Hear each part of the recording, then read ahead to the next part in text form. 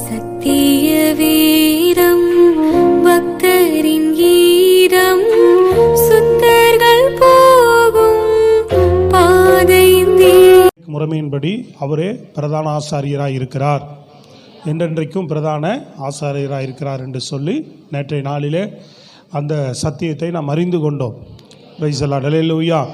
அதனால் நமக்கு இனி ஒரு பலி செலுத்தவோ, இனி நாம் பாவத்திற்காக ஒரு காரியங்களை தேவனிடத்தில் கொண்டு போகவோ தேவையில்லை.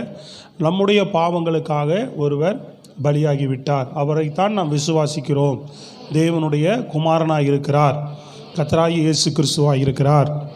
அவரை நாம் இருதயத்தில் விசுவாசித்து அவரே தேவனுடைய குமாரன் என்று, என் பாவத்துக்காக மரித்தார் என்று நாம் வாயினால் அறிக்கையிட்டிருக்கிறோம். அதனால் நமக்குள்ளே இருந்த அந்த பாவ கர்மங்களை, ஆதாம் மூலமாக இருந்த நம்ம மேலே இருந்த அந்த பாவ கர்மங்கள் நீக்கப்பட்டிருக்கிறது. கிருபையினாலே நாம் நீதிமானாக்கப்பட்டிருக்கிறோம். இயேசுவை விசுவாசித்ததினாலே, தேவனுடைய கிருபையினாலே நாம் நீதிமானாக்கப்பட்டிருக்கிறோம். பிரைஸ் தி லார்ட், அல்லேலூயா. இப்போ எப்பொழுதுமே நாம் தேவனை தொழுது கொள்ள முடியும். தேவனை மகா பரிசுத்த ஸ்தலத்தில், உன்னத மகிமையில் கூட நாம் அவரை தரிசிக்கலாம். சொல்லுங்கள் அல்லேலூயா. மகா பரிசுத்த ஸ்தலத்தில் தேவனுடைய கிட்டி யாரும் சேர முடியாது. அதனால தான் 6ஆம் அதிகாரத்தில் முடிக்கும் போது அவர் சொல்லுகிறார், அந்த திரைச்சீலின் விலையாய் அவர் நுழைந்தார், நாமும் அதற்குள்ளாக நுழைந்திருக்கிறோம். எதற்கு? தேவனுடைய பிரசன்னத்தை உணர, தேவனுடைய சமூகத்தை உணர, அவருடைய வார்த்தைகளை கேட்க, அவருடைய சத்தத்தை கேட்க, எல்லாவற்றையுமே கர்த்தர் நமக்கு கிருபை செய்திருக்கிறார். இன்றைக்கு நாம் நேரடியாகவே தேவனை ஆராதிக்க முடியும். நேரடியாகவே கர்த்தரை நாம் தொழுது கொள்ளுகிறோம். ஏதை திரும்ப திரும்ப சொல்கிறோம், நான் நல்லா விளங்கி கொள்ளணும். ஆதி நாட்களில் அப்படி இல்லை, இஸ்ரவேலருக்கே அப்படி இல்லை. சொல்லுங்கள் அல்லேலூயா. அவர்களுக்கு ஆசாரியர்கள் தேவைப்பட்டார்கள். தேவனை தொழுது கொள்வதற்கு பலி செலுத்த ஆசாரியர்கள் மூலமாக போனாங்க. Price the Lord. ஆனால் இன்றைக்கு நாம் என்ன செய்யலாம்? நாம் எல்லாருமே ராஜாக்களும் ஆசாரியர்களுமாக இருக்கிறோம். எல்லாரும் கர்த்தரை என்ன செய்யலாம்? தொழுது கொள்ளலாம். நாம் தொழுது கொள்ளும் போதெல்லாம் கர்த்தர் நமக்கு சமீபமாகவும் இருக்கிறார். ஸ்தோத்திரம். நல்ல சத்தமாக கர்த்தர் நல்லவர். இன்று யாக்கோபு புஸ்தகத்தை நாம் பார்க்க போகிறோம். யாக்கோபு எழுதிய நிருபம். இவர் யார் என்று முதல்ல சொல்லுகிறேன், பிறகு நீங்கள் எழுதுறவர்கள் எழுதி கொள்ளலாம். இவர் இயேசு கிறிஸ்துவனுடைய சகோதரர். அல்லேலூயா. இயேசு கிறிஸ்து முதல் என்ன செய்தார்? தேவனுடைய வல்லமையினால, கிறிஸ்துவனுடைய தேவனுடைய வல்லமை மரியாள் மேலே என்ன செய்தது? நிழலிட்டது. கர்த்தருடைய மகிமை வல்லமை நிழலிட்டது. அப்பொழுது அவள் என்ன செய்தாள்? மரியாள் கற்பந்தரித்து பிள்ளை பெற்றாள். கன்னிகையானவளுக்கு கன்னியின் வயிற்றிலே இயேசு பிறந்தார். புரியுதுங்களா? இங்கே கவனிங்க முதல்ல. பிறகு அவள் என்ன செய்தாள்? மரியாள் திருமணம் யோசேப்போடு. அவர்கள் அதுக்கு பிறகு தான் அவர்கள் திருமண வாழ்க்கையில் இணைந்தார்கள். அதுக்கு பிறகு இயேசுவுக்கு அநேக சகோதரர்கள் உண்டு, சகோதரிகளும் உண்டு. ஏன்னா அநேகர் சொல்கிறாங்க, இவங்க சகோதர சகோதரிகளாக நம்ம இடத்துல இருக்கிறாங்களே, இவருக்கு எப்படிப்பட்ட ஞானம் இவருக்கு வந்துச்சு அப்படின்னு எல்லாம் அவர்கள் கேட்கிற காரியம் அதுதான். சொல்லுது புரியுதுங்களா? அப்படி இருந்த சகோதரர்களில் ஒருவரானதான் இந்த யாக்கோப்பை நாம் பார்க்கிறோம். பவுலும் கூட இவரை குறித்து சொல்லுகிறார் கலாத்தியர் புஸ்தகத்தில். நான் இதற்கு போகும்போது, எருசலேமுக்கு போகும்போது கர்த்தருடைய சகோதரனாகிய யாக்கோப்பை மாத்திரம் கண்டேன் அப்படின்னு சொல்கிறார் இல்லைங்களா? தெரியுமா அந்த வசனம் உங்களுக்கு? கலாத்தியரில் இருக்கும் பாருங்க. கலாத்தியர் புஸ்தகம் 1:19 வாசிங்க. கர்த்தருடைய சகோதரனாகி யாக்கோபை தவிர அப்போஸ்தலரில் வேறொருவரையும் நான் காணவில்லை. ஆமென். எனக்கு கர்த்தருடைய சகோதரனை யாக்கோபை தவிர அப்போஸ்தலரில் வேறொருவரையும் நான் காணவில்லை. அல்லேலூயா. இவரைத்தான் சொல்லுகிறார். ஆனால் ஏரோது கொலை செய்த யாக்கோப்பு யாருன்னு பார்த்தீங்கன்னா, யோவானுடைய சகோதரனாகி யாக்கோப்பு அவர். சரிங்களா? இவர் கர்த்தருடைய சகோதரன் என்று நாம் பார்க்கிறோம். மரியாளும் ஆண்டவருக்கு ஊழியம் செய்தவர்கள். 120 பேரோடு கூட அவர்களும் என்ன செய்தார்கள்? மேல் வீட்டு அறையில் அமர்ந்திருந்து அவர்களும் பரிசுத்தாவின் அபிஷேகத்தை பெற்றுக்கொண்டாங்க. யாக்கோபு எழுதும்போது, முதல் பகுதி எழுதும்போதே கர்த்தருடைய ஊழியக்காரன் தான் எழுதுகிறார். அவரும் இவர் தேவனுடைய குமாரன் என்று விசுவாசித்து அவரும் ரட்சிக்கப்பட்டிருக்கிறார். சத்தமாக பலமாக சொல்லுங்கள் பார்ப்போம். ஆரம்பத்தில் அவர்களெல்லாம் விசுவாசிக்கல, ஆனால் பின்னாட்களில் அவர்களும் விசுவாசித்தார்கள்.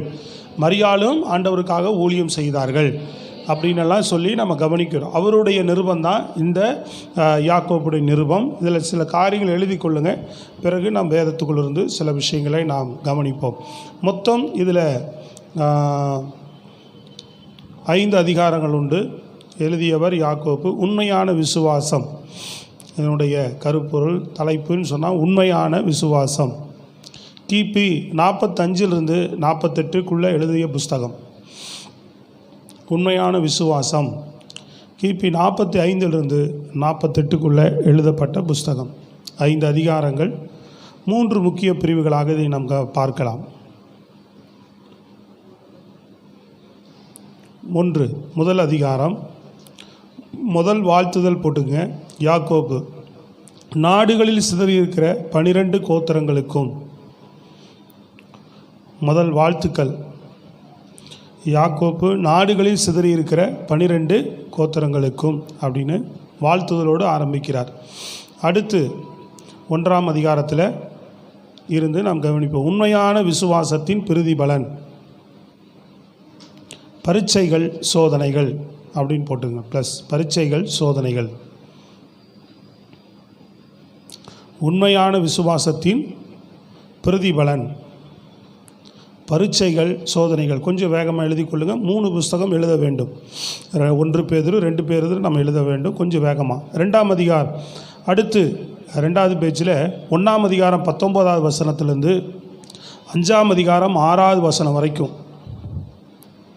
2வது பிரிவில் பார்க்கும்போது 1ஆம் அதிகாரம் 19வது வசனத்திலிருந்து 5ஆம் அதிகாரம் 6வது வசனம் வரைக்கும் உண்மையான விசுவாசத்தின் விளைவுகள். முதல்ல என்ன போட்டோம்? உண்மையான விசுவாசத்தின் பிரதிபலன். 2வது உண்மையான விசுவாசத்தின் விளைவுகள் என்ன அப்படின்னு பார்ப்போம். என்னென்ன விளைவுகள்? வசனத்துக்கு கீழ்ப்படிதல். விசுவாசத்தில் உண்மையான விசுவாசம் என்ன செய்யும்? வசனத்திற்கு கீழ்ப்படிதல். பட்சபாதம் இல்லை அதில். உண்மை கிரியைகள், நாவை அடக்குதல், உண்மையான ஞானம், உண்மையான முன்னுரிமைகள். உண்மையான ஞானம், உண்மையான முன்னுரிமைகள், உண்மையான தாழ்மை, நியாயத்திற்கும் ஆவியின்மை. உண்மையான தாழ்மை, நியாயம் தீர்க்கும் ஆவியின்மை. அதாவது உண்மையான விசுவாசம் நியாயம் தீர்க்காது. தேவனை முற்றிலும் நம்புதல். அடுத்து உண்மையான விசுவாசத்தின் விளைவு தேவனை முற்றிலும் நம்புதல். செல்வந்தர்களுக்கு குறிப்புகள். கடைசியாக செல்வந்தர்களுக்கு குறிப்புகள்.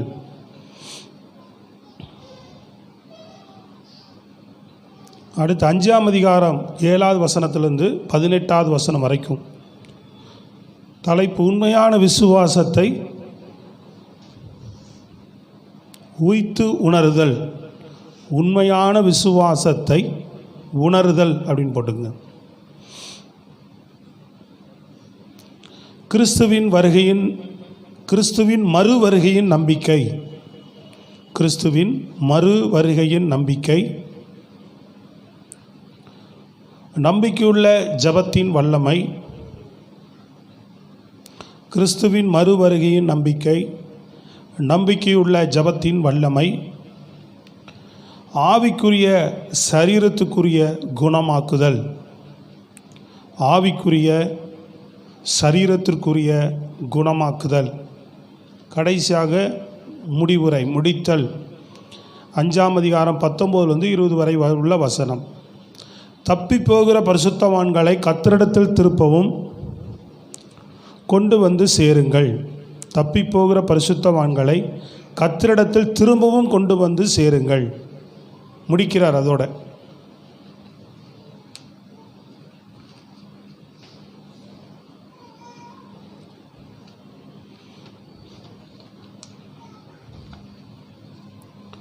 அஞ்சு அதிகாரத்தில் முக்கியமான இதை மாத்திரம் எழுதி கொள்ளுங்க வேகமாக. யாக்கோப்பு முதல் அதிகாரம் பரீட்சைகளில் மகிழ்ச்சி. யாக்கோப்பு 1ஆம் அதிகாரம் இருக்கிற அந்த விஷயம், 1ஆம் அதிகாரத்துக்குள்ள இருக்கிற விஷயம் பரீட்சைகளில் மகிழ்ச்சி, வசனத்தின்படி செய்கிறவர்கள். 1ஆம் அதிகாரத்தில் இருக்கக்கூடிய காரியங்கள்.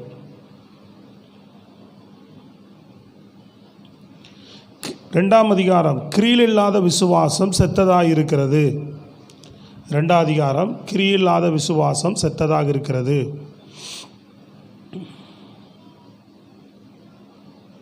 3ஆம் அதிகாரம் நாவை அடக்குதல். 4ஆம் அதிகாரம் தேவனுக்கு கீழ்ப்படிதல், சாத்தானை எதிர்த்தல். தேவனுக்கு கீழ்ப்படிதல், சாத்தானை எதிர்த்தல். 4ஆம் அதிகாரம். 5ஆம் அதிகாரம் விசுவாசம் உள்ள ஜெபத்தின் வல்லமை. 3 நாவை அடக்குதல். 4 தேவனுக்கு கீழ்ப்படிதல், சாத்தானை எதிர்த்து நிற்குதல். 4ஆம் அதிகாரம். 5 விசுவாசம் உள்ள ஜெபத்தின் வல்லமை அப்படின்னு சொல்லி பார்க்கிறோம். இந்த 1 பேதுரு 2 பேதுருவை நாம் எழுதி கொள்ளுவோம். பிறகு நாம் வேத புத்தகத்திலிருந்து முக்கியமான பகுதியில் நாம் பார்த்து ஜெபிப்போம். சரிங்களா? 1 பேதுரு எழுதி கொள்ளுங்க. பேதுரு தெரியல உங்களுக்கு, இயேசு கிறிஸ்துவனுடைய முக்கியமான ஒரு சீசர், பிரதான அப்போஸ்தலர் இவர். அல்லேலூயா.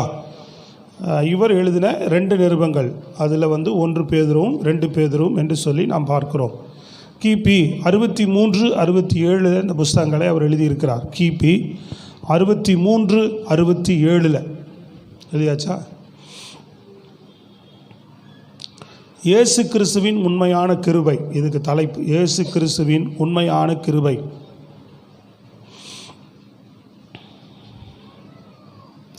5 அதிகாரங்கள், 3 முக்கிய பிரிவுகள்.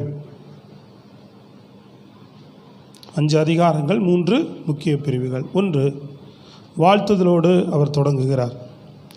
கிருபையை கொண்டு வருகின்ற விஷயங்கள் அப்படின்ற அடிப்படையில் தான் அது 3 விஷயங்களையும் சொல்லுகிறார். 3 முக்கிய பிரிவுகளும் கிருபையை எப்படி கொண்டு வரும் அப்படின்னு தான் சொல்லுகிறார். முதல்ல வாழ்த்து எழுதி கொள்ளுங்கள். அப்போஸ்தலனாகிய பேதுரு சிதற இருக்கிறவர்களுக்கு, ரட்சிப்புக்கு கீழ்ப்படிதலுக்கும் தெரிந்து கொள்ளப்பட்ட பரதேசிகளுக்கு அப்படின்றார் வாழ்த்துதல். சரிங்களா? அப்போஸ்தலனாகிய பேதுரு சிதற இருக்கிறவர்களின் ரட்சிப்புக்கும் கீழ்ப்படிதலுக்கும் தெரிந்து கொள்ளப்பட்ட பரதேசிகளுக்கு அப்படின்னு வாழ்த்துதலோடு எழுதுகிறார். இது கிருபையை மேலே தலைப்பு போட்டுங்க, அதுக்கு கீழே கிருபையை கொண்டு வருகின்ற விஷயங்கள். 3 முக்கிய பிரிவுகளுக்கும் தலைப்பு அது கிருபையை கொண்டு வருகின்ற விஷயங்கள் அப்படின்னு போட்டுங்க. 1, அந்த 1க்கு கீழே எழுதிங்க ரட்சிப்பு. கிருபை கொண்டு வரும் விஷயங்கள்னு ஒரு கோடு போட்டு கீழே ரட்சிப்பு, கீழே இப்படி கோடு போட்டுக்கிறங்க. கிருபையை கொண்டு வருகிற விஷயங்கள்னு போட்டு 1 இப்படி கீழே கோடு போட்டு ரட்சிப்பு, 2வது நடுவில் கோடு போட்டு கீழ்ப்படிதல், 3வதுல ஊழியம். ரட்சிப்பு, கீழ்ப்படிதல், ஊழியம். 3க்கு முதல் ரட்சிப்பு, 2வது கீழ்ப்படிதல், 3வது ஊழியம். 1ஆம் அதிகாரத்தில் இருந்து 1ஆம் அதிகாரம் 2ஆம் அதிகாரத்தில் அவர் சொல்லக்கூடிய காரியம் ஜீவனுள்ள நம்பிக்கைக்கு புதிய பிறப்பு. ஜீவனுள்ள நம்பிக்கைக்கு புதிய பிறப்பு.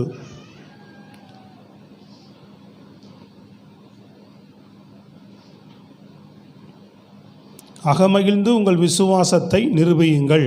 அடுத்து சொல்றார், அகமகிழ்ந்து உங்கள் விசுவாசத்தை நிரூபியுங்கள்.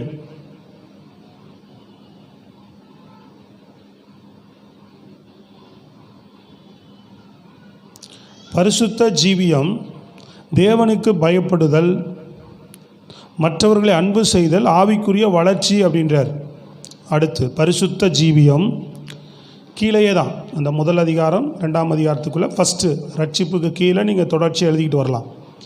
பரிசுத்த ஜீவியம், தேவனுக்கு பயப்படுதல், மற்றவர்களை அன்பு செய்தல், ஆவிக்குரிய வளர்ச்சி அப்படின்றார். சரிங்களா? கிறிஸ்துவுக்குள் நிலை, அதற்கு கீழே போட்டுங்க கடைசியாக, அது ஒரு ரவுண்டு பேஜ் மாதிரி போட்டுங்க. கிறிஸ்துவுக்குள் நிலை. 2ஆம் அதிகாரமும் 3ஆம் அதிகாரமும் அந்த கீழ்ப்படிதலுக்கு கீழே எழுதி கொள்ளுங்க. கீழ்ப்படிதல் ஃபஸ்ட்டு ரட்சிப்புக்கு கீழே எழுதுனீங்களா? ஃபஸ்ட்டு பேஜ் சரியா? எழுதியாச்சா? 2வது கீழ்ப்படிதலுக்கு கீழே உலகத்தில் தேவபக்தியுள்ள வாழ்க்கை. உலகத்தில் தேவபக்தியுள்ள வாழ்க்கை. அதிகாரம் உள்ளவர்களுக்கு உலகத்தில் தேவபக்தியுள்ள வாழ்க்கை, அதிகாரம் உள்ளவர்களுக்கு, எஜமான்களுக்கு, மனைவிக்கு, கணவர்களுக்கு, அதிகாரம் உள்ளவர்களுக்கு, எஜமான்களுக்கு, மனைவிக்கு, கணவர்களுக்கு, கணவர்கள் மனைவியர்களுக்கு. சொல்லுங்க பார்ப்போம். அதிகாரம் உள்ளவர்களுக்கு, மனைவியர்கள், கணவர்களுக்கு, கணவர்கள் வாழுதல், எடுத்துக்காட்டாக வாழுதல், வாழுதல், எடுத்துக்காட்டாக வாழுதல் அப்படின்னு போட்டுக்கு.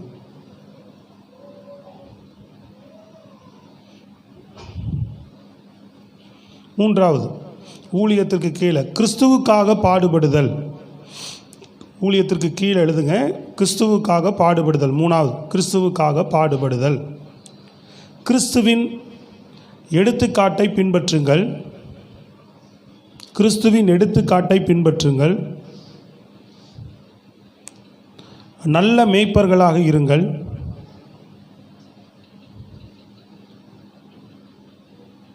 கிறிஸ்துவின் எடுத்துக்காட்டை பின்பற்றுங்கள். நல்ல மேய்ப்பர்களாக இருங்கள். இச்சையடக்கம் உள்ளவர்களாக இருங்கள். தாழ்மையுடன் ஊழியம் செய்யுங்கள்.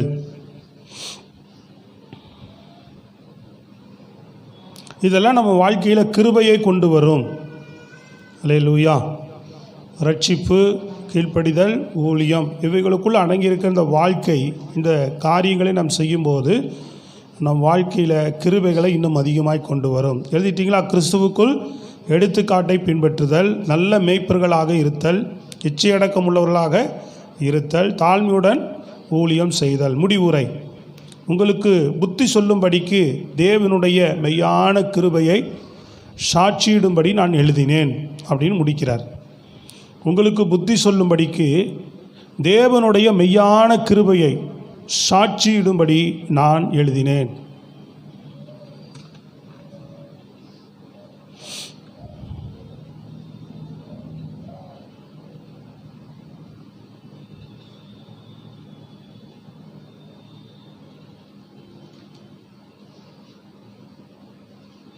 நீரோ பேரரசனாய் இருந்த பொழுது கிறிஸ்தவர்கள் தனியாக எழுதி கொள்ளுங்க. நீரோ பேரரசனாய் இருந்த பொழுது கிறிஸ்தவர்கள் வெகுவாக உபத்திரப்பட்ட காலத்தில் கிபி 63-67 இடையில் ரோமாபுரியில் 1 பேதுரு நிருபத்தை பேதுரு எழுதினார். நீரோ பேரரசனால், வேகமாக எழுதிக்கிறீங்களா? எழுதியாச்சா? அதுக்குள்ளே எழுதுங்க. நீரோ பேரரசனாய் இருந்த பொழுது. எழுதுமா? எழுதிட்டியா? இங்கே பார்த்தீங்கன்னா எழுதிட்ட மாதிரி தானே தோணுது. நீரோ பேரரசனாய் இருந்தபொழுது கிறிஸ்தவர்கள் வெகுவாக உபத்திரப்பட்ட காலத்தில்.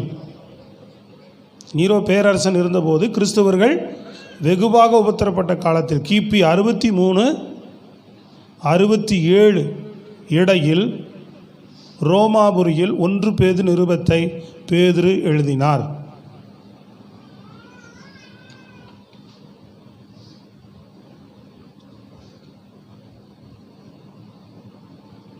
இதில் அநேக விஷயங்களை இவர் சொல்லுகிறார். இதெல்லாம் நம்ம பார்த்தோம். முக்கிய அதிகாரங்கள் மாத்திரம் வேகமாக எழுதி கொள்ளுங்க. 5 அதிகாரங்களை முக்கிய அதிகாரங்கள். 1, அக்கினி போன்ற பரீட்சைகளில் விசுவாசத்தின் நிரூபணம். 1 பேதுரு முதல் அதிகாரத்தில் இருக்கக்கூடிய சம்பவம். அக்கினி போன்ற பரீட்சைகளினால்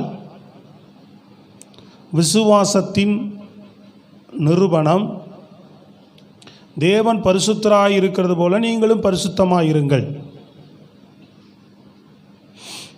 அக்கினி போன்ற பரீட்சைகளினால் விசுவாசத்தின் நிரூபணம் என்ன அப்படின்னா, தேவன் பரிசுத்தராய் இருக்கிறது போல நீங்களும் பரிசுத்தமாயிருங்கள் சொல்கிறார். 2ஆம் அதிகாரம் பக்குவமுடைய ஆவிக்குரிய வளர்ச்சி. 2ஆம் அதிகாரத்தில் பக்குவமுடைய ஆவிக்குரிய வளர்ச்சி. ஒப்புக்கொடுத்தல் தேவனை பிரியப்படுத்துகிறது.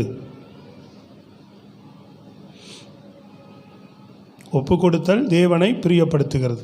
பக்குவமுடைய ஆவிக்குரிய வளர்ச்சி, ஒப்பு கொடுத்தல், தேவனை பிரியப்படுத்துவது. 3, கிறிஸ்துவின் நிமித்தம் நன்மை செய்வதற்காக பாடு அனுபவித்தல். 3ஆம் அதிகாரத்தில் கிறிஸ்துவின் நிமித்தம் நன்மை செய்வதற்காக பாடு அனுபவித்தல்.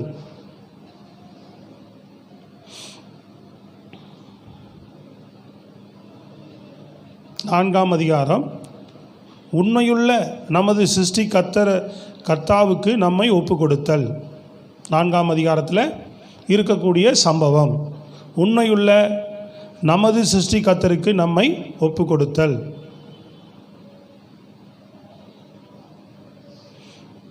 5ஆம் அதிகாரம் அடுத்து, தேவனுக்கு முன்பாக உங்களை தாழ்மைப்படுத்துங்கள். 5 தேவனுக்கு முன்பாக உங்களை தாழ்மைப்படுத்துங்கள், கர்ச்சிக்கும் சிங்கமாகிய சாத்தானை எதிர்த்து நில்லுங்கள். தேவனுக்கு முன்பாக உங்களை தாழ்மைப்படுத்துங்கள், கர்ச்சிக்கும் சிங்கமாகிய சாத்தானை எதிர்த்து நில்லுங்கள்.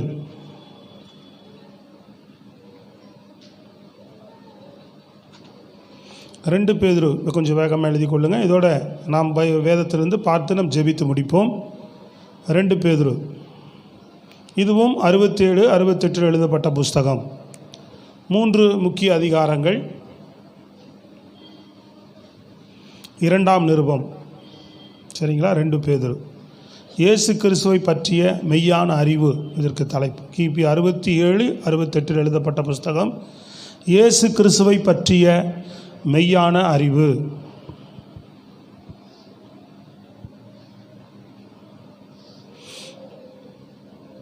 3 முக்கிய பிரிவு, 3 அதிகாரத்திலையும் 3 முக்கிய பிரிவு. வாழ்த்து சொல்கிறார், கிறிஸ்துவை அறிவதன் மூலம் எங்களைப் போல அருமையான விசுவாசத்தை பெற்றவர்களுக்கு பேதுரு எழுதுகிறதாவது.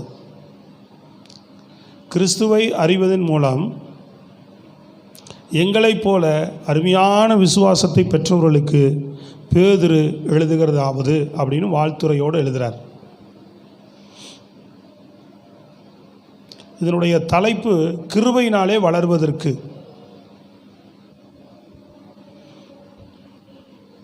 தலைப்பு கிருபையினாலே வளர்வதற்கு. முதல் அதிகாரம் 2ஆம் அதிகாரம் எழுதி கொள்ளுங்க. முதல் அதிகாரம் 2வது வசனத்திலிருந்து 21வது வசனம் வரைக்கும் முதல் அதிகாரத்தில் 3 பிரிவில் முதல் பிரிவு தலைப்பு சத்தியத்தில் நிலைநாட்டப்பட்டவர்களாய் நிலைத்திருங்கள் அப்படின்னா அதை துவங்குகிறார். முதல் அதிகாரத்தில் சத்தியத்தில் நிலைநாட்டப்பட்டவர்களாய் நிலைத்திருங்கள். எழுதிட்டீங்களா? அவரது தெய்வீக வல்லமையை பற்றி, சத்தியத்தில் நிலைநாட்டப்பட்டவர்களாய் நிலைத்திருங்கள். அவரது தெய்வீக வல்லமையை பற்றி, ஜீவனுக்கும் தேவ பக்திக்கு வேண்டிய யாவற்றையும், ஜீவனுக்கும் தேவ பக்திக்கும் வேண்டிய யாவற்றையும் நாம் பெற்றுள்ளோம்.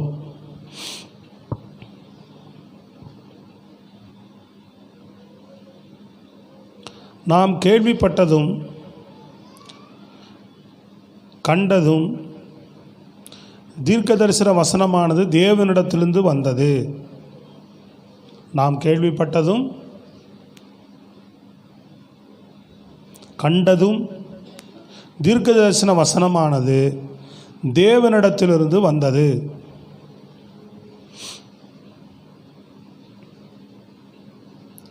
இரண்டாவது அதிகாரத்தில் கள்ள போதகர்களை கைவிட்டு விடுங்கள் தலைப்பு. ரவுண்ட் போட்டுங்க, அல்லது ஒரு பிராக்கெட் போட்டுங்க. அதுதான் அதன் அடிப்படையில் தான் அந்த 2ஆம் அதிகாரத்தில் சில விஷயங்களை பேசுகிறார். கள்ள போதகர்களை கைவிட்டு விடுங்கள், அதுக்கு தான் அந்த தலைப்பு சொல்கிறேன். நீங்கள் எழுதி கொண்டால் நல்லாயிருக்கும். கள்ள போதகர்களை கைவிட்டு விடுங்கள். எப்படி அப்படின்னு கீழே பார்ப்போம். அவர்கள் யார் அப்படின்னு சொன்னால், தங்களை கிரயம் கொண்ட கர்த்தரை மறுதலிப்பவர்கள். தங்களை கிரயம் கொண்ட கர்த்தரை மறுதலிப்பவர்கள் கள்ள போதகர்கள்.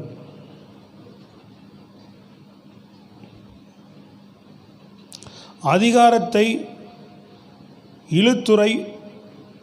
இழுத்துரைப்பவர்கள். அதிகாரத்தை இழுத்துரைப்பவர்கள். தங்கள் கிரயத்தை கொண்ட கர்த்தரை மறுதலிப்பவர்கள், அதிகாரத்தை இழுத்துரைப்பவர்கள். தவறாக பயன்படுத்துகிறவர்கள். எழுதிட்டீங்களா? மக்களை கேட்டின் வழியில் நடத்துகிறவர்கள்,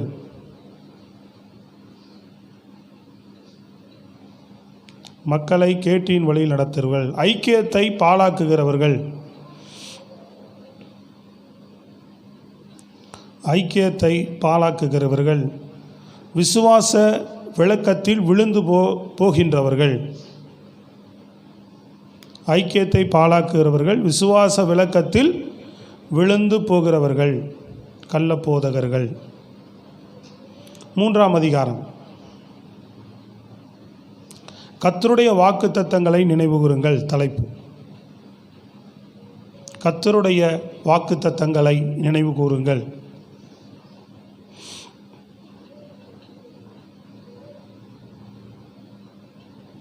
ஜலப்பிரயாயத்தில் தேவன் பாவத்தை நியாயம் தீர்த்தார். ஜலப்பிரயாயத்தில் தேவன் பாவத்தை நியாயம் தீர்த்தார்.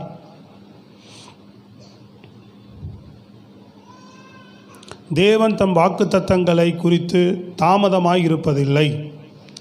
தேவன் தம் வாக்குத்தத்தங்களை குறித்து தாமதமாய் இருப்பதில்லை. தேவன் கடைசி நியாய தீர்ப்பை கொண்டு வருவார். தேவன் வாக்குத்தத்தங்களை குறித்து தாமதமாக இருப்பதில்லை. தேவன் கடைசி நியாய தீர்ப்பை கொண்டு வருவார். அவருடைய வருகையை எதிர்பாருங்கள். அவருடைய வருகையை எதிர்பாருங்கள். எச்சரிக்கையாய் நிலைத்திருங்கள். முடிவுரை, முடித்தல். கிறிஸ்துவின் கிருபையிலும் அறிவிலும் வளருங்கள் அப்படின்னு முடிக்கிறார். கிறிஸ்துவின் கிருபையிலும் அறிவிலும் வளருங்கள்.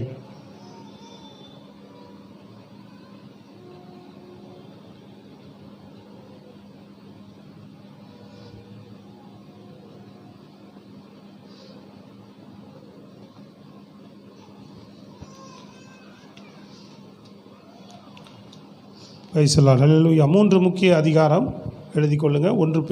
2 பேதுருல முதல் அதிகாரத்தில் சத்தியத்தில் உறுதியாய் நிலைநாட்டப்பட்டு நிலைத்திருங்கள்.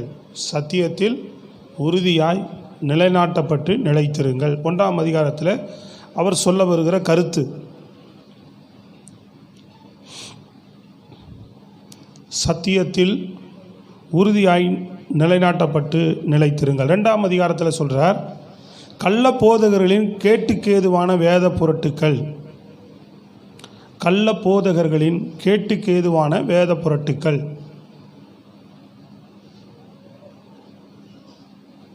3ஆம் அதிகாரம். தேவபக்தியுள்ள வாழ்வை வாழுங்கள், கிறிஸ்துவனுடைய மறுவருகையை காத்திருங்கள்.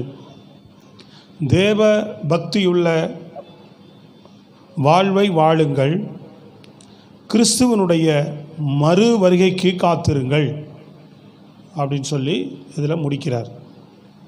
3 அதிகாரம் மாத்திரமே இதில் உண்டு. ஸ்தோத்திரம். பிரைஸ்-தி-லார்ட். ஹல்லேலூயா. சொல்லுங்களேன் சத்தமா. ஆமென். கர்த்தர் நல்லவர். தொடர்ந்து இந்த வேதத்திலிருந்து நாம் சில காரியங்களை மாத்திரம் பார்ப்போம்.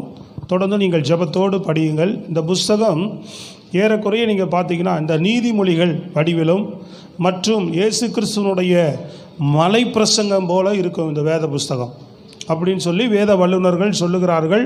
அது உண்மையும் கூட. சத்தமாக கரங்களை வைத்து சொல்லுங்கள். இந்த புஸ்தகம் எப்படி இருக்கும்? ஒரு நீதிமொழிகள் படிக்கும்போது எப்படி இருக்கும்? அப்படியே தனித்தனி வார்த்தைகள், ஒரு வார்த்தைகள் அவ்வளோ அருமையாக இருக்கும். அந்த நீதிமொழிகளுடைய போதனைகளை நாம் எந்த இடத்திலும் எல்லா வசனங்களையுமே எழுதி வைக்கலாம், எல்லாரும் தொடப்படுவாங்க. ஆனால் நம்ம அதிகமாக நீதிமொழிகளுடைய வசனங்களை நம்ம அதிகமான இடங்கள் எழுதுவதில்லை. மற்ற காரியங்களே வார்த்தைகளை நாம் எழுதுகிறோம். பிரைஸ்-தி-லார்ட். ஆமாம், ரொம்ப நீதிமொழிகள் இருக்கிற அத்தனை புஸ்தகங்களுமே அற்புதமான ஒரு வார்த்தைகள்.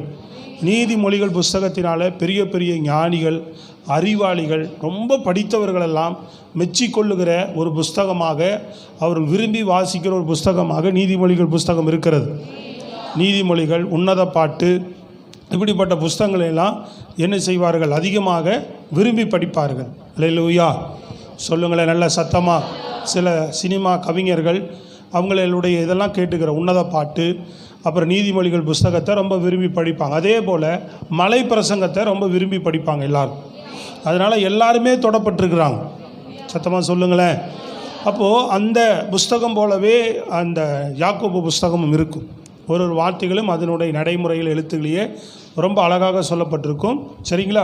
தொடர்ந்து இதில் நாம் பார்க்கக்கூடிய காரியம் 6வது வசனத்தை வாசிக்கும் பார்ப்போம். ஆனாலும் அவன் எவ்வளவாகிலும் சந்தேகப்படாமல் விசுவாசத்தோட கேட்க கடவன். சந்தேகப்படுகிறவன் காற்றினால் அடிபட்டு அலைகிற கடலின் அலைக்கு ஒப்பாயிருக்கிறான். ஆமாம். நீங்கள் என்ன சொல்லுகிறார்? ஞானம் உள்ளவன் ஞானத்தில் குறைவாக இருக்கிறவன் தேவனிடத்தில் கேளுங்க அப்படின்றார். கேளுங்கன்னு சொல்லிட்டு எப்படி கேட்கணும் அப்படின்னு சொல்கிறாருன்னா, விசுவாசத்தோடு கேளுங்க அப்படின்றார். சத்தமாக சொல்லுங்கள். எப்படி கேட்க சொல்கிறாரு? விசுவாசத்தோடு கேளுங்க அப்படின்னு சொல்லி தான் சொல்கிறார். விசுவாசமானது சோதிக்கப்படும். சோதனையில் நாம் உண்மையுள்ளவர்களாக இருக்க வேண்டும். சோதனையை சகிக்கிற மனுஷன் பாக்கியவான். சோதிக்கிறப்படுவனெல்லாம் நான் தேவனால் தான் சோதிக்கப்படுகிறேன்னு சொல்லாதிருக்க கடவன். இப்படின்ற விஷயத்தெல்லாம் சொல்லி கொண்டு வருகிறவர் 2ஆம் அதிகாரத்தில் அவர் என்ன சொல்ல வருகிறார் அப்படின்னு சொன்னால், விசுவாசம் மாத்திரம் போதாது, விசுவாசத்துக்கேற்ற கிரிகளும் வேணும் அப்படின்றார். நல்லா கரத்தை உயர்த்தி சொல்லுங்கள். அதனால் அவர் விசுவாசத்தை மறுதளிக்கல. அவர் என்ன சொல்ல வர்றாருன்னா, அநேகர் விசுவாசிக்கிறேன்னு சொல்லிட்டு அதுக்கேற்ற கிரிகளும் இல்லாமல் இருக்கிறாங்க அப்படின்றதையும் இவர் கொஞ்சம் இந்த புஸ்தகத்தின் மூலமாக வலியுறுத்துகிறாரு. அது ஆவியானவரும் அனுமதித்து தான் நமக்கு எழுதி கொடுத்துருக்கிறார். அப்போது நான் தேவனை விசுவாசிக்கிறேன் அப்படின்னு சொல்லக்கூடிய ஒரு நபர் அதுக்கேற்ற கிரிகளை நாம் அவர்களிடத்தில் பார்க்க வேண்டும் எப்பொழுதுமே. சொல்கிறது உங்களுக்கு புரியுதுங்களா? சத்தியத்துக்கு கீழ்ப்படுகிறவங்களாக இருக்கிறாங்களா? தேவனிடத்தில் அன்பு கூறுகிறவர்களாக இருக்கிறாங்களா? சபையின் காரியங்களில் ஒழுங்கு கரமமாக கீழ்ப்படுகிறவர்களாக இருக்கிறாங்களா? தேவனை தேடுறாங்களா? சுவிசேஷத்தை அறிவிக்கிறாங்களா? பக்தி உள்ளவர்களாக வாழ்கிறாங்களா? மற்றவர்களுக்கு உதவி செய்கிற மனப்பான்மைகள் இருக்கிறதா? தேவனுக்கேற்ற கிரியைகள் அவர்களிடத்தில் வெளிப்படுகிறதா? நல்ல கையை உயர்த்தி சொல்லுங்கள். அப்போ இப்படிப்பட்ட கிரிகளை என்ன செய்வதில்லை, விசுவாசிக்கிற நானும் தேவனுடைய விசுவாசி தான் அப்படின்னு சொல்லிட்டு தேவனுக்கேற்ற அந்த விசுவாசத்துக்கேற்ற கிரிகள் இல்லாமல் இருக்குது. நிச்சயமாக தேவனை விசுவாசிக்கிறவர்கள் அதுக்கேற்ற கிரிகளையும் கண்டிப்பாக செய்வாங்க. அதனால தான் கிரிகளினாலே கனிகளினால தான் நம்ம ஒருவரை அறிந்து கொள்ள முடியும். இவங்களும் கிறிஸ்துவை விசுவாசிக்கிறாங்க, இவங்களும் தேவனை பின்பற்றுறாங்க அப்படின்னு சொல்லி எதனால் நம்ம அறிந்து கொள்ள முடியும்? அவருடைய கிரிகளை பார்த்து அறிந்து கொள்ளலாம். ஒரு இடத்துல இருக்கிற கனிகளை பார்த்து நம்ம அறிந்து கொள்ளலாம் இவர்கள் தேவனுடைய விசுவாசி தானா அப்படின்னு சொல்லி. சத்தமாக சொல்லுங்கள் பார்ப்போம். அப்போ இல்லைன்னு சொன்னால் அவங்களுடைய பொல்லாத கிரிகளுக்கு உடன்படாதபடி அவங்க விசுவாசம் வீணாக இருக்கிறது. அது சும்மா மாய்மாலமான விசுவாசமாக இருக்குது. தேவனை பின்பற்றுகிறேன், தேவன் மேலே விசுவாசமாக இருக்கிறேன்னு சொல்லி அவர்கள் மாய்மாலம் பண்ணுகிறார்கள் என்று சொல்லி அவங்களுடைய பொல்லாத கிரிகளுக்கு உடன்படாமல் தேவ பிள்ளைகள் ஜாக்கிரதையாய் விலகி இருக்க தெரிய வேண்டும். அவர்களும் தேவனுடைய விசுவாசி தானே, அவர்களும் தேவனை தானே விசுவாசிக்கிறாங்கன்னு சொல்லிட்டு எல்லோரோடும் நட்பு பாராட்டுவது, எல்லோரோட ஐக்கியமாக இருக்கணும்னு சொல்லி வேதம் நமக்கு சொல்லலை. நல்லா விளங்குதா இல்லைங்களா? அது மாத்திரம் இல்லை, நாமும் அப்படிப்பட்டவர்களாக இருக்க வேண்டும். நான் தேவனை விசுவாசிக்கிறேன் அப்படின்னு சொல்லிட்டு அதுக்கேற்ற கிரிகளை நீங்கள் வெளிப்படுத்தாதவர்களாக இருக்கக்கூடாது. அதுக்கேற்ற கிரிகளை நீங்கள் வெளிப்படுத்துகிறவர்களாக இருக்க வேண்டும். நான் சொல்கிறது புரியுதுங்களா இல்லையா? நான் விசுவாசின்னு சொல்லிட்டு எந்த விதத்திலும் அதுக்கேற்ற கிரிகள் இல்லாமல் காணப்படக்கூடாது. அதை குறித்து ரொம்ப அழகாக பெரிய விரிவாக அவர் என்ன செய்கிறார்? 2ஆம் அதிகாரம் 15வது வசனத்திலிருந்து அவர் சொல்லுகிறார். ஒருவன் ஒரு சகோதரனாவது சகோதரியாவது வஸ்திரம் இல்லாமலும் அனுதின ஆகாரம் இல்லாமலும் இருக்கும்போது உங்களில் ஒருவன் அவர்களை நோக்கி நீங்கள் சமாதானத்தோட போங்கள், குளிர்காய்ந்து பசியாருங்கள் என்று சொல்லியும் சரீரத்திற்கு வேண்டியவைகளை அவர்களுக்கு கொடாவிட்டால் பிரயோஜனம் என்ன? ஆமென். அல்லேலூயா. என்ன சொல்கிறாரு? ஒரு பிரச்சனை இருக்குது அப்படின்னு தெரிஞ்சால் சரி ரைட்டு நீங்கள் போயிட்டு வாங்க அப்படின்னு சொல்கிறதுனால மாத்திரமல்ல, ஒரு உதாரணத்துக்கு அதை சொல்கிறார். அதுக்கேற்ற கிரிகளை நீங்கள் செய்யுங்க. விசுவாசிக்கிறவங்க நீங்கள் என்ன செய்யலாம்? சில நல்ல கிரிகளை நம்ம செய்யலாம் அப்படின்றார். நீங்கள் 2ஆம் அதிகாரத்திலேருந்தே அதனுடைய காரியங்களை விரிவாக பேசுகிறார். இதில் இன்னும் ஆழமாக ஒரு விஷயத்தை சொல்கிறார் பாருங்கள்.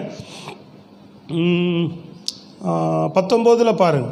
தேவன் ஒருவர் உண்டென்று விசுவாசிக்கிறாய், அப்படி செய்கிறது நல்லதுதான், பிசாசுகளும் விசுவாசித்து நடுங்குகின்றன. அவர் தேவனுடைய குமாரன்னு சொல்லி பிசாசுகளும் இது நம்புச்சு அப்படின்றார்.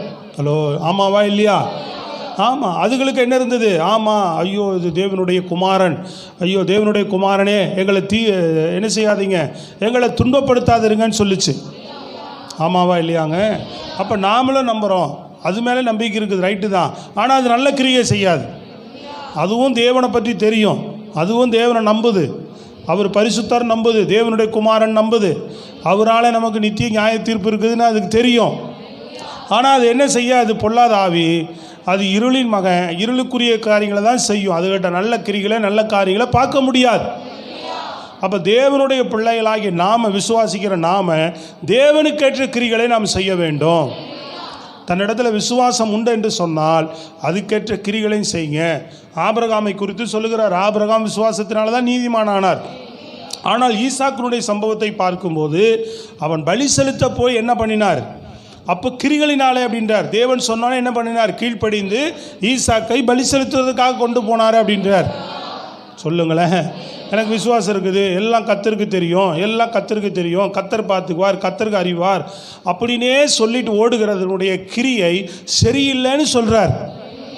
சொல்லுங்களேன், அநேகர் சொல்லுவாங்க, நான் கேள்விப்பட்டிருக்கிறேன், எல்லாம் கர்த்தர் தெரியும், அந்த ஆவியே சரியில்லாத ஆவி, இது தேவனை சரியாக விசுவாசிக்கலை, அவர்களிருந்து ஒரு பொல்லாத இருள் ஒன்று பின்னாடி இருந்து அவர்களை கிறிஸ்துவுக்குள்ள மாய்மாலமான வாழ்க்கை வாழும்படியாக அவர்களை தாக்கி இருக்கிறது. நூதன சீசனாக மாறியிருப்பாங்க, அவர்கள் சத்தியத்துக்குள்ளே சரியான வழிநடத்துக்குள்ளே இல்லாமல் இருப்பாங்க.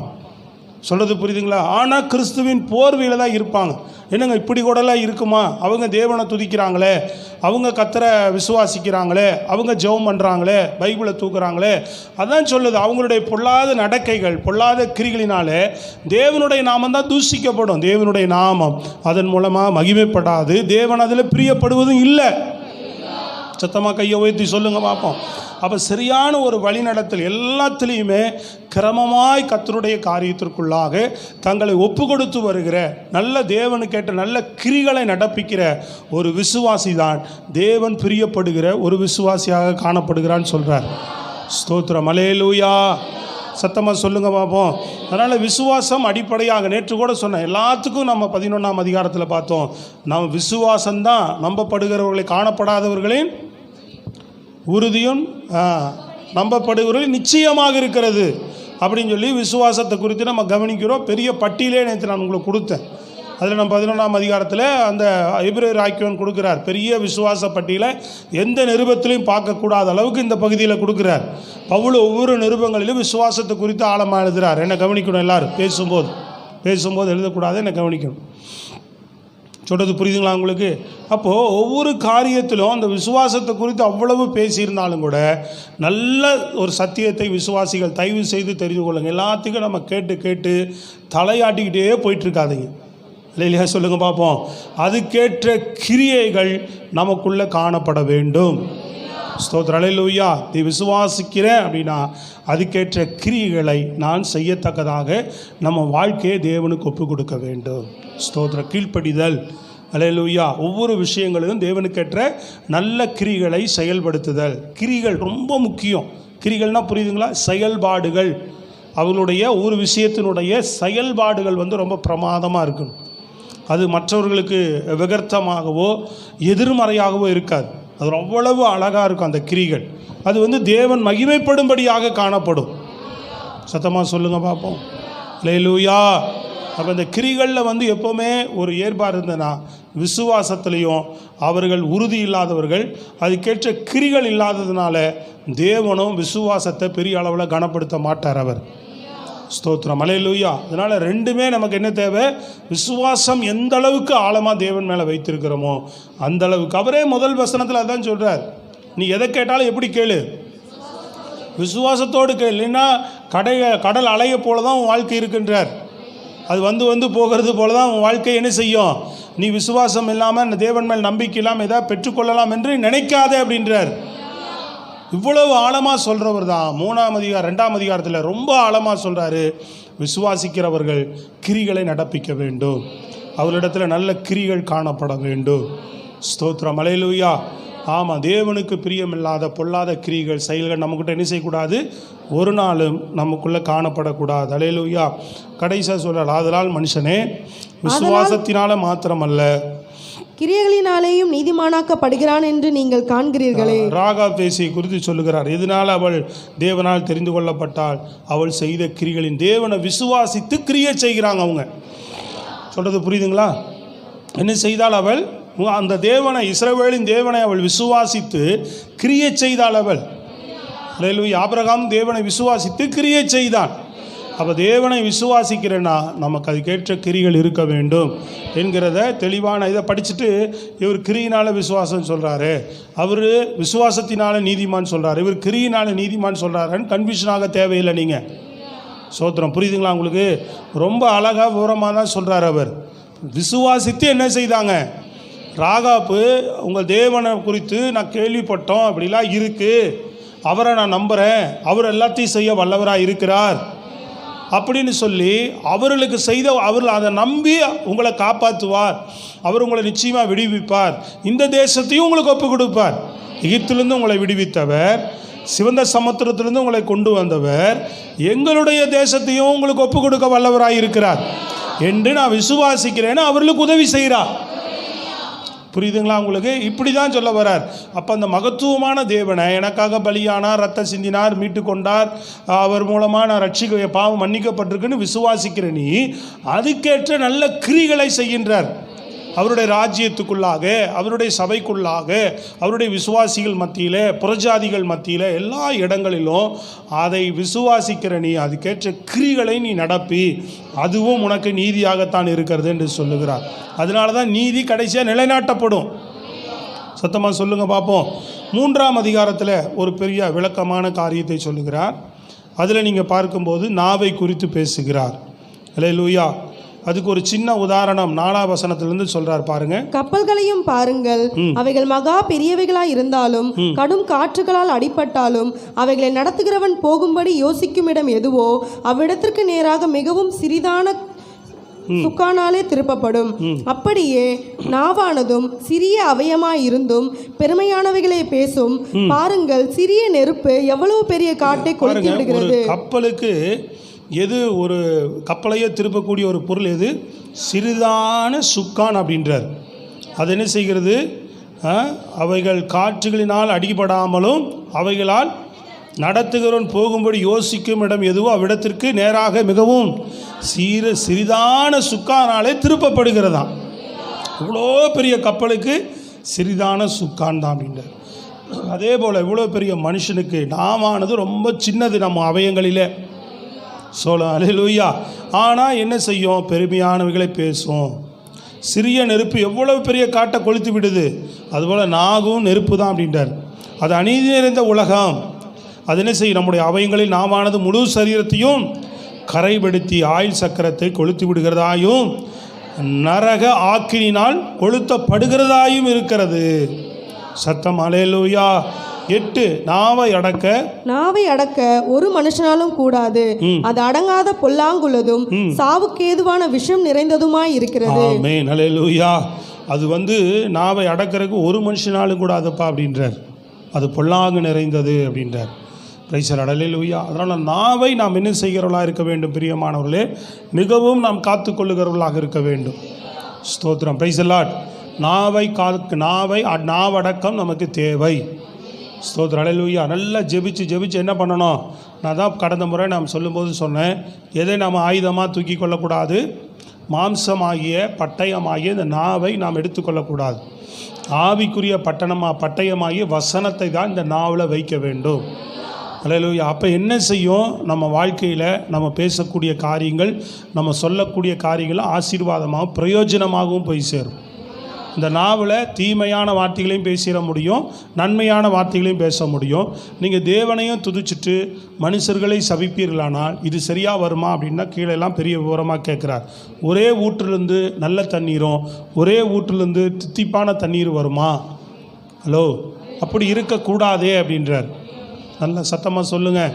அதனால் தேவ பிள்ளைகள் நாம் ரொம்ப கவனமாக நாவடக்கம் உள்ளவர்களாக காணப்பட வேண்டும். எப்படி இருக்கணும்? நாவடக்கம் உள்ளவர்களாக, இஷ்டத்துக்கு எதை என்ன செய்திடக்கூடாது, நாம் பேசிவிடாதபடி ரொம்ப ஜாக்கிரதையாக நாவை நாம் காத்துக்கொள்ள வேண்டும். சில பேர் என்ன செய்ய மாட்டாங்க, பேச மாட்டாங்க, ஆனால் எல்லாத்தையும் எங்கே வச்சுருப்பாங்க? இருதயத்திலேயே வச்சுக்கிட்டு இருப்பாங்க. அதுவும் பாவம். அல்லையா சொல்லுங்கள். அதுவும் என்ன ஆகிடும்? தவறாயிடும். ஒருத்தரை குறித்து தவறான ஒரு அபிப்பிராயம், ஒரு எண்ணம், ஒரு யோசனை நம்ம இருதயத்தில், உங்களுடைய சிந்தனையில், உங்கள் மனதில் இருக்குன்னு சொன்னால் அது கூட தேவனுடைய பார்வையில் தப்பாக போகும். புரியுதுங்களா உங்களுக்கு? அப்போது ஒரு விஷயம், பொதுவாக ஒரு விஷயத்தை பேசுகிறோம், பொதுவாக ஒரு கருத்தை பேசுகிறோம், ஒரு விஷயத்தில் ஒரு சந்தேகம் இருக்குது அப்படின்னா யதார்த்தமாக கேட்பதுனால, யதார்த்தமாக நம்ம சில விஷயங்களை பேசுவதனால தவறு இல்லை. ஆனால் அதே வேறு விஷயத்தில் வேறு விதமாக இந்த காரியங்கள் போகும் அப்படின்னு சொன்னால், ஒவ்வொரு விஷயத்திற்கும் நாம் தேவனிடத்தில் ஆண்டவரே என்னை அர்ப்பணிக்கிறேன். இப்போ ஒரு காரியத்தை பார்க்குறோம் அப்படின்னு சொன்னால், ஒரு விஷயம் நடக்குது, ஒரு சம்பவம் அப்படின்னா உங்களுடைய வீடுகளில் நடக்கலாம், நீங்கள் வேலை செய்கிற இடத்துல நடக்கலாம், உறவின் முறையில் நடக்கலாம், நீங்கள் எந்த சர்ச்சுக்குள்ளே நடக்கலாம். ஒரு விஷயம் நடக்குதுன்னா நம்ம ஒரு விஷயத்தை பார்த்தோன்னே இது தவறாக தோணலாம். ஒரு விதத்தில் நம்ம தவறாக அது நமக்கு பிடிக்காமல் இருக்கிறதுனால தவறாக தோணலாம். ஒன்று என்ன செய்கிறோம், நாம் அதை குறித்து தவறாக நமக்குள்ளே எண்ணிக்குவோம். இது சரியில்லை, இது இப்படி தான் அப்படின்னு நம்ம நிதானிக்கிறோம். ஒன்று அது தேவனுடைய பார்வையில் ஒருவேளை தவறாக இல்லாமல் இருந்தால் அது நம்ம செய்கிற குற்றமாயிடும். இல்லை தவறுன்னு சொல்லி நாம வாய் திறந்து ஏதாவது அவசரப்பட்டு கேட்க போயோ அவசரப்பட்டு பேச போயோ அங்கே ஒரு மிஸ்டேக் ஆயிடுச்சுன்னா அது தேவனுடைய பார்வையில் குற்றமாயிடும். இதெல்லாம் சின்ன விஷயங்களாய் சொல்லுகிறேன், பெரிய விஷயங்களும் இதில் அடங்கும். சரிங்களா? இந்த ரெண்டு விஷயத்துக்குமே என்ன பண்ணனா, நம்ம பார்க்கக்கூடிய சந்திக்கக்கூடிய விஷயங்கள், எப்படி நீங்கள் சந்திக்கக்கூடிய விஷயங்களை நம்ம யோசிப்பதை காட்டிலும் பேசி விடுவதை காட்டிலும் தேவனிடத்தில் ஒப்பு கொடுத்து விடுவது நல்லது. ஆண்டவரே, இந்த காரியம் உங்கள் பார்வையில் எப்படி இருக்குது? என் பார்வையில் இப்படி இருக்குது, என் பார்வையில் நான் இப்படி சிந்திக்கிறேன், என் பார்வையில் இது இப்படி இருக்குது, இது என்ன செய்யலாம், இதை பேசலாமா, இதை விசாரிக்கலாமா, இதை நான் கேட்கலாமா அப்படின்னு தேவனிடத்தில் ஒப்புரவாகி ஆண்டவர்கிட்ட ஒப்பு கொடுத்துட்டு நம்ம என்ன செய்யலாம், கேட்கலாம். அப்போ தேவன் தகுதியான வார்த்தைகளை, தகுதியான விஷயங்களை நம் மூலமாய் பேசுவதற்கு கர்த்தர் நமக்கு கிருபை செய்வார். சத்தமாக கரங்களை வைத்து சொல்லுங்கம்மா.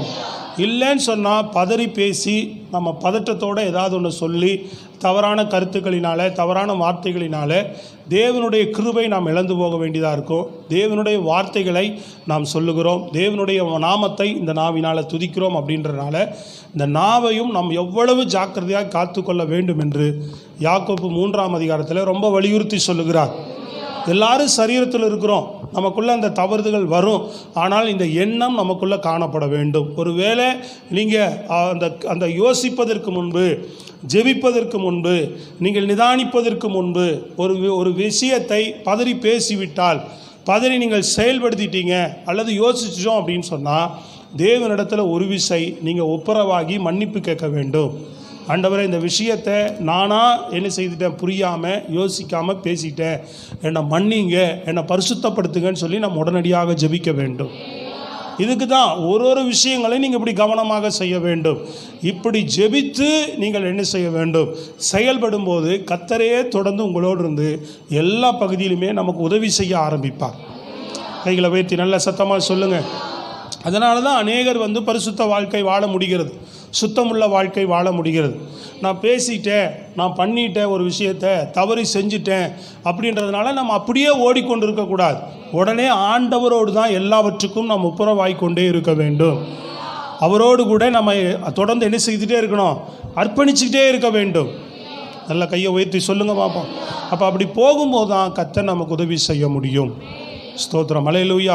சிந்தையில் ஒரு தவறான யோசனை வருது அப்படின்னு சொன்னால் உடனடியாக ஆண்டவருடைய கரத்தில் ஒப்பு கொடுங்க. ஆண்டவர், இந்த யோசனை நான் சிந்தித்து இப்படி ஒரு காரியத்தை நான் நினச்சது பாவமாக இருந்தால் என்னை மன்னிச்சிருங்க. அல்லேலூயா. சிந்தையில் தேவையற்ற எண்ணங்கள் நமக்கு பாவத்தை கொண்டு வந்துடும், வாயின் வார்த்தை கொண்டு வந்துடும், கண்களுடைய பார்வை. நம்ம என்ன செய்கிறோம், உன் கண்ணு தான் உனக்கு வெளிச்சென்றார், உன் கண் இருளாக இருந்தால் உன் முழு சரீரம் இருளாயிடுன்றார். அப்போ பார்வையினாலே நம்ம தவறான ஒரு காரியம் வரும்போது டக்குன்னு நம்ம எதிர்மறையாக தேவையற்ற விஷயங்களை நம்ம இப்போ செல்லில் நீங்கள் பார்க்கலாம், டிவியில் பார்க்கலாம், உலகப்பாரமாக ஒரு கவர்ச்சிகளை, ஒரு விஷயங்களை நம்ம நீங்கள் இச்சித்து பார்க்கக்கூடிய எந்த விஷயங்களையுமே ஆண்டவரிடத்தில் நம்ம ஒப்புரவாகிவிட வேண்டும். அதுக்காக பார்த்துட்டே இருக்கலாமா, இஷ்டத்துக்கும் பேசிகிட்டே இருக்கலாமா அப்படின்னா இல்லை. ஒரு பயபக்தியோடு ரொம்ப கவனத்தோடு நீங்கள் இதெல்லாம் செய்யும்போது நாளடைவில் நீங்கள் நல்ல ஒரு வளர்ச்சி அடைகிறவர்களாக மாறிடுவீங்க, நல்ல ஒரு முதிர்ச்சி உள்ளவர்களாக மாறிடுவீங்க. உங்கள் பேச்சில் தன்மையில் வித்தியாசங்கள் தெரிய ஆரம்பிச்சிடும், உங்கள் பார்வையின் தன்மையில் வித்தியாசம் தெரிய ஆரம்பிச்சிடும், உங்களுடைய என்ன செய்கிற எண்ணங்கள் எல்லாம் நல்ல சிந்தையுள்ளதாக மறுரூபமாக்கப்பட்ட சிந்தையாக மாற ஆரம்பிச்சிரும். இதுதான் மறுரூபமாக்கப்படுகிற ஒரு அனுபவம், நமக்குள்ள மாற்றத்தின் அனுபவம். நான் எப்பவும் போலையே சிந்திச்சுட்டு, எப்பவும் போலையே பார்த்துட்டு, எப்பவும் போலையே பேசிட்டு, எப்பவும் போலையே ஏதாவது ஒரு கிரிகளை நாம் நடப்பிக்கிறவர்களாக இருக்கக்கூடாது.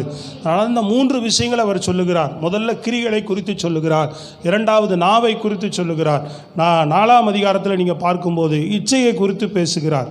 வாசிங்க 1ஆம் வசனத்தில் வேகமா. உங்களுக்குள்ளே யுத்தங்களும் சண்டைகளும் எதனாலே வருகிறது? உங்கள் அவயங்களில் போர் செய்கிற இச்சைகளினால் அல்லவா? எதனால? தொடர்ந்து அந்த அதிகாரம் முழுவதும் சொல்றார். அல்லேலூயா. ஏன் வருது? இச்சைகள்னால தான் அப்படின்றார். அல்லேலூயா. நம்ம விண்ணப்பம் பண்ணாமல் இருப்பது தப்புன்றார். ஆனால் இச்சைகளின்படி விண்ணப்பம் பண்ணி நீங்கள் பெறாமலும் போகிறீர்கள் அப்படின்றார். அல்லேலூயா. நமக்குள்ள இச்சைகள் இருக்கக்கூடாது. இச்சை இருக்கிறதுலையே பேராபத்தானது. நல்லா அழகாக ஃபில்டர் பண்ணி நீங்கள் ஆவிக்குரிய வாழ்க்கையில் இதெல்லாம் பிடிச்சிக்கிட்டீங்கன்னு சொன்னால் கிறிஸ்துவுக்குள் ரொம்ப ஈஸியாக நம்ம என்ன செய்யலாம்? பரிசுத்த வாழ்க்கை அல்லது கிறிஸ்துவுக்குள் ஒரு வெற்றியுள்ள வாழ்க்கை அல்லது ஒரு மறுரூபமாக்கப்பட்ட வாழ்க்கை, தேவ பக்தியுள்ள வாழ்க்கை நீங்கள் ரொம்ப லெகுவாய் நல்ல வெற்றியோடு வாழ முடியும். இன்னும் சின்ன விஷயம் தான். எண்ணங்களை தேவனிடத்தில் ஒப்பு கொடுத்து மாம்ச எண்ணத்துக்கல்ல ஆவியின் எண்ணத்துக்கே இடம் கொடுக்கணும். நாவை, நம்முடைய கிரிகள், நம்முடைய செயல்பாடுகள், நம்முடைய பார்வைகள், இச்சை இருக்கிறதுலே ரொம்ப மோசமானது. சொல்லுங்கள் அல்லேலூயா. இச்சைனா சுயம். அல்லேலூயா. தகாத விதமாய் எண்ணுகிற காரியங்கள், தகாத விதமாய் தேவன்கிட்ட விண்ணப்பம் பண்ணுகிற காரியங்கள், தகாத விதமாய் ஆண்டவரிடத்தில் கேட்கக்கூடிய விஷயங்கள், செயல்படுத்தக்கூடிய காரியங்கள், அதெல்லாம் சிலுவையில் ஆணியறையப்பட்டிருக்க வேண்டும். எதை இச்சித்து பெற்றுக்கொள்ளுகிறவர்களாக அல்ல, தேவனிடத்தில் விசுவாசித்து பெற்றுக்கொள்ளுகிறவர்களாக நாம் காணப்படுகிறவர்களாக இருக்க வேண்டும். ஸ்தோத்திரம். அல்லேலூயா. என்ன செய்யக்கூடாது? இச்சித்து பெற்றுக்கொள்ளக்கூடாது, விசுவாசித்து நாம் பெற்றுக்கொள்கிறவர்களாக இருக்க வேண்டும். 5ஆம் அதிகாரத்தில் சில விஷயங்களை சொல்லுகிறார். யோபுவை பற்றி மிக முக்கியமாக அங்கே 11ஆவது வசனத்தில் ரொம்ப ஒரு அருமையான வார்த்தை. வேகமாக வாசிங்க. இதோ பொறுமையாக இருக்கிறவர்களை பாக்கியவான்கள் என்கிறோமே, யோபின் பொறுமையை குறித்து கேள்விப்பட்டிருக்கிறீர்கள், கர்த்தருடைய செயலின் முடிவையும் கண்டிருக்கிறீர்கள். போதும். கர்த்தருடைய செய்யின் முடிவையும் நீங்கள் என்ன செய்திருக்கிறீர்கள்? கண்டிருக்கிறீர்கள். கர்த்தர் மிகுந்த உருக்கமும் இரக்கமும் உள்ளவராக இருக்கிறாரே. அப்போ யோபு பற்றி அழகாக ஒரு கருத்து சொல்றார். எதுக்காக அப்படின்னா, பொறுமையாக இருங்க அப்படின்றார். எவ்வளோ அழகாக பாருங்கள். இதெல்லாம் ஆவிக்குரிய தன்மைக்குள்ள நம்மை நிலைநாட்டக்கூடிய காரியங்கள். நீங்கள் சொன்ன ஒரு விஷயங்கள் அங்கே புரியுதுங்களா? எதை கேட்டாலும் ஆண்டவர்கிட்ட எப்படி கேட்கணும்? விசுவாசத்தோடு கேட்கணுன்றார். ஆனால் விசுவாசத்துக்கேற்ற கிரிகள் காணப்படணும் அப்படின்றார். 2வது என்ன செய்யணும்? நாவை காத்துக்கொள்ளணும். அப்புறம் இச்சையடக்கம் உள்ளவர்களாக இருக்கணும். அப்புறம் என்ன சொல்கிறாரு? இதெல்லாம் நம்மக்கிட்ட வரவே வராது. நாவையும் அடக்க மாட்டோம், கிரிகளிலையும் சரியாக இருக்க மாட்டோம். புரியுதுங்களா? இதெல்லாம் ரொம்ப கவனமாக நம்ம செயல்படணும். இச்சை அப்படின்றத நமக்குள்ளே அடிக்கொரு தரம் வெளிப்படுகிற முன்னாடி நிற்கக்கூடிய ஒரு விஷயம். டக்குன்னு எதாவது ஒன்று நமக்கு எனக்குன்னு சொல்லி இச்சிப்போம். அதை இல்லை, அவாய்ட் பண்ணிடணும், அதை தள்ளிடணும். சொல்லுங்கப்பா. அல்லேலூயா. ஒரு பொருளை உனக்கு முன்பாக வைக்கப்படுகிற பொருள் உனக்கு உச்சியாக இருந்தால் உன் கழுத்தில் கத்திய வைன்றார் ஆண்டவர். ஸ்தோத்திரம். அல்லேலூயா. அவ்வளோதான். எந்த விஷயமானாலும் சரி, டக்குன்னு ஒரு இது எனக்கு அப்படின்றது. ஒரு 4 பொருள் உங்கள் வீட்டில் சின்ன பிள்ளைகளாக இருப்பாங்க. ஒரு பொருள் வருதுன்னா எனக்கு அப்படின்னு ஒரு பொருளை நாம் இச்சித்து முதல் கை வைக்கிறவளா. உனக்கு ஆபிரகாம் சொன்னார், உனக்கு எது வேணுமோ எடுத்துக்கோ, பிறகு நான் எடுத்துக்கிறேன். அப்படி வாழ்ந்து விசுவாசத்தோடு நீங்கள் வாழ்ந்து பாருங்கள், கர்த்தர் உங்களுக்கு கொடுக்க வேண்டியதை கொடுப்பார். சத்தமாக சொல்லுங்கள் பார்ப்போம். அதை இச்சித்து நான் எப்படியாவது எடுத்துக்கொள்ளணும், பறித்து கொள்ளணும், ஒரு பொருளை அனுபவிக்கணும், ஒரு விஷயத்தை இது பண்ணணும் அப்படின்னு நமக்குள்ளே வரக்கூடாது. அதே போல் ஒரு பொறுமை வேணும் அப்படின்றார். என்ன வேணும்? பொறுமை. யோபு பற்றி அருமையாக எவ்வளோ பொறுமையாக இருந்தார் பாருங்கள். கர்த்தர் அவர் கைவிட்டாருன்னு சொல்கிறாரா? இரக்கமும் உருக்கும் உள்ளவராக இருந்து அவனுக்கு இறங்கினாரே. சொல்லுங்கள் அல்லேலூயா. சோதனை நேரத்தில், கஷ்டமான நேரத்தில் என்ன வேணும்? ரொம்ப பொறுமையாக இருக்கணும். ஸ்தோத்திரம். அல்லேலூயா. கிருபை கேட்கணும். பொறுமை இல்லைன்னா என்ன கேட்கணும்? ஆண்டவரே முடியலையே, இந்த சூழ்நிலை சீக்கிரம் சரியாயிட்டா நல்லா இருக்குன்னு தோணுது, அது சீக்கிரம் மாறிட்டா நல்லா இருக்குன்னு தோணுது, இது சீக்கிரமாக ரிலீஃப் ஆகிட்டா நல்லான்னு தோணுது, இது இப்படி கிடச்சிட்டா நல்லா இருக்குன்னு தோணுது. பொறுமை வேணும். கரங்களை வைத்து சொல்லுங்கள், என்ன வேணும்? பொறுமை ரொம்ப ரொம்ப அவசியம். ஐயா உயர்த்தி பிரைஸ் தி லார்ட். ஆமாம், பொறுமையாக இருந்து தான் ஒரு காரியங்களை கர்த்தரையே செய்யும்படி பொறுமை, அதாவது காத்திருத்தல், அது ரொம்ப ரொம்ப நமக்கு அவசியமான ஒரு காரியம் சொல்லுகிறார். அதே போல் மூப்பர்கள் விசுவாசத்தோடு ஜெபம் பண்ணணும்னு சொல்லுகிறார். இங்கே பாருங்கள் 15 அதை தான் சொல்லுகிறார். அப்பொழுது விசுவாசம் உள்ள ஜெபம்ன்றார். அப்போது விசுவாசத்தை குறித்து ஒரு மட்டுப்படுத்தவெல்லாம் இல்லை. சொல்கிறது புரியுதுங்களா உங்களுக்கு? அப்போ நல்ல கிரிகளோடு போய் ஜெபம் பண்ணு அப்படின்னு சொல்லலை. அவர் என்ன சொல்கிறாரு? ஜெபம் பண்ணால் நீ விசுவாசத்தோடு தான் ஜெபம் பண்ணணும். எதை செய்தால் நீ விசுவாசத்தோடு தான் செய்யணும். ஆனால் விசுவாசத்துக்குரிய கிரிகளை நடப்பீங்கடா அப்படின்றார். அதனால் நீங்கள் விளங்கி புரிந்துக்காமல் நீங்கள் வேறு மாதிரி கன்ஃபியூஷனாக தேவையில்லை. இங்கே விசுவாசம் உள்ள ஜெபத்தை குறித்து பேசிட்டு அதுக்கு எலியாவை குறித்து சொல்லுகிறார் 17வது வசனத்தில். எலியா என்பவன் நம்மை போல பாடுள்ள மனுஷனாய் இருந்தும் மழை பெய்யாதபடிக்கு கருத்தாய் ஜெபம் பண்ணினான். அப்பொழுது 3 வருஷமும் 6 மாதமும் பூமியின் மேல் மழை பெய்யவில்லை. மறுபடியும் ஜெபம் பண்ணினான். அப்பொழுது வானம் மழையை பொழிந்தது, பூமி தன் பலனை தந்தது. எலியா யார் போல அப்படின்றாரு? நம்ம போல அவர் ஒரு பாடுள்ள மனுஷன் தானே. அவர் கருத்தாக ஜெபம் பண்ணினார்ன்றார். உனக்கு என்ன வேணுமோ, என்ன தேவையோ, என்ன விஷயமோ அந்த விஷயத்துக்காக தேவ சமூகத்தில் கருத்தாக விண்ணப்பம் பண்ணுன்றார். சொல்கிறது புரியுதுங்களா? எப்படி ஜெபிக்கணும்? கருத்தாக கேளு அப்படின்றார். மழை வேணும்னு சொல்லும்போது மழைக்காக வேண்டான்னு நிறுத்தும் போது நிறுத்துறாரு. அதே வேளையில் மழை தேவைங்கும் போதும் கருத்தாக ஜெபம் பண்ணுறார். உன் ஜெபம் கருத்து இல்லாமல் இருக்கக்கூடாது. உன் விஷயம், உன்னுடைய காரியம், உன்னுடைய சரியான தேவைகளில் விசுவாசத்தோடு போய் கர்த்தருடைய சமூகத்தில் எப்படி விண்ணப்பம் பண்ணுங்க? கருத்தோடு ஆண்டவர்கிட்ட ஜெபம் பண்ணி கேட்டுக்கிட்டே இருங்க. ஆண்டவர்கிட்ட தெரியப்படுத்திக்கிட்டே இருங்க. கர்த்தர் நிச்சயமாக அந்த ஜெபத்துக்கு அவர் பதில் கொடுக்கிறவராக இருக்கிறார். கரங்களை தட்டி தேவனுக்கு மகிமை செலுத்துவோம். Praise the lord. ஹல்லேலூயா.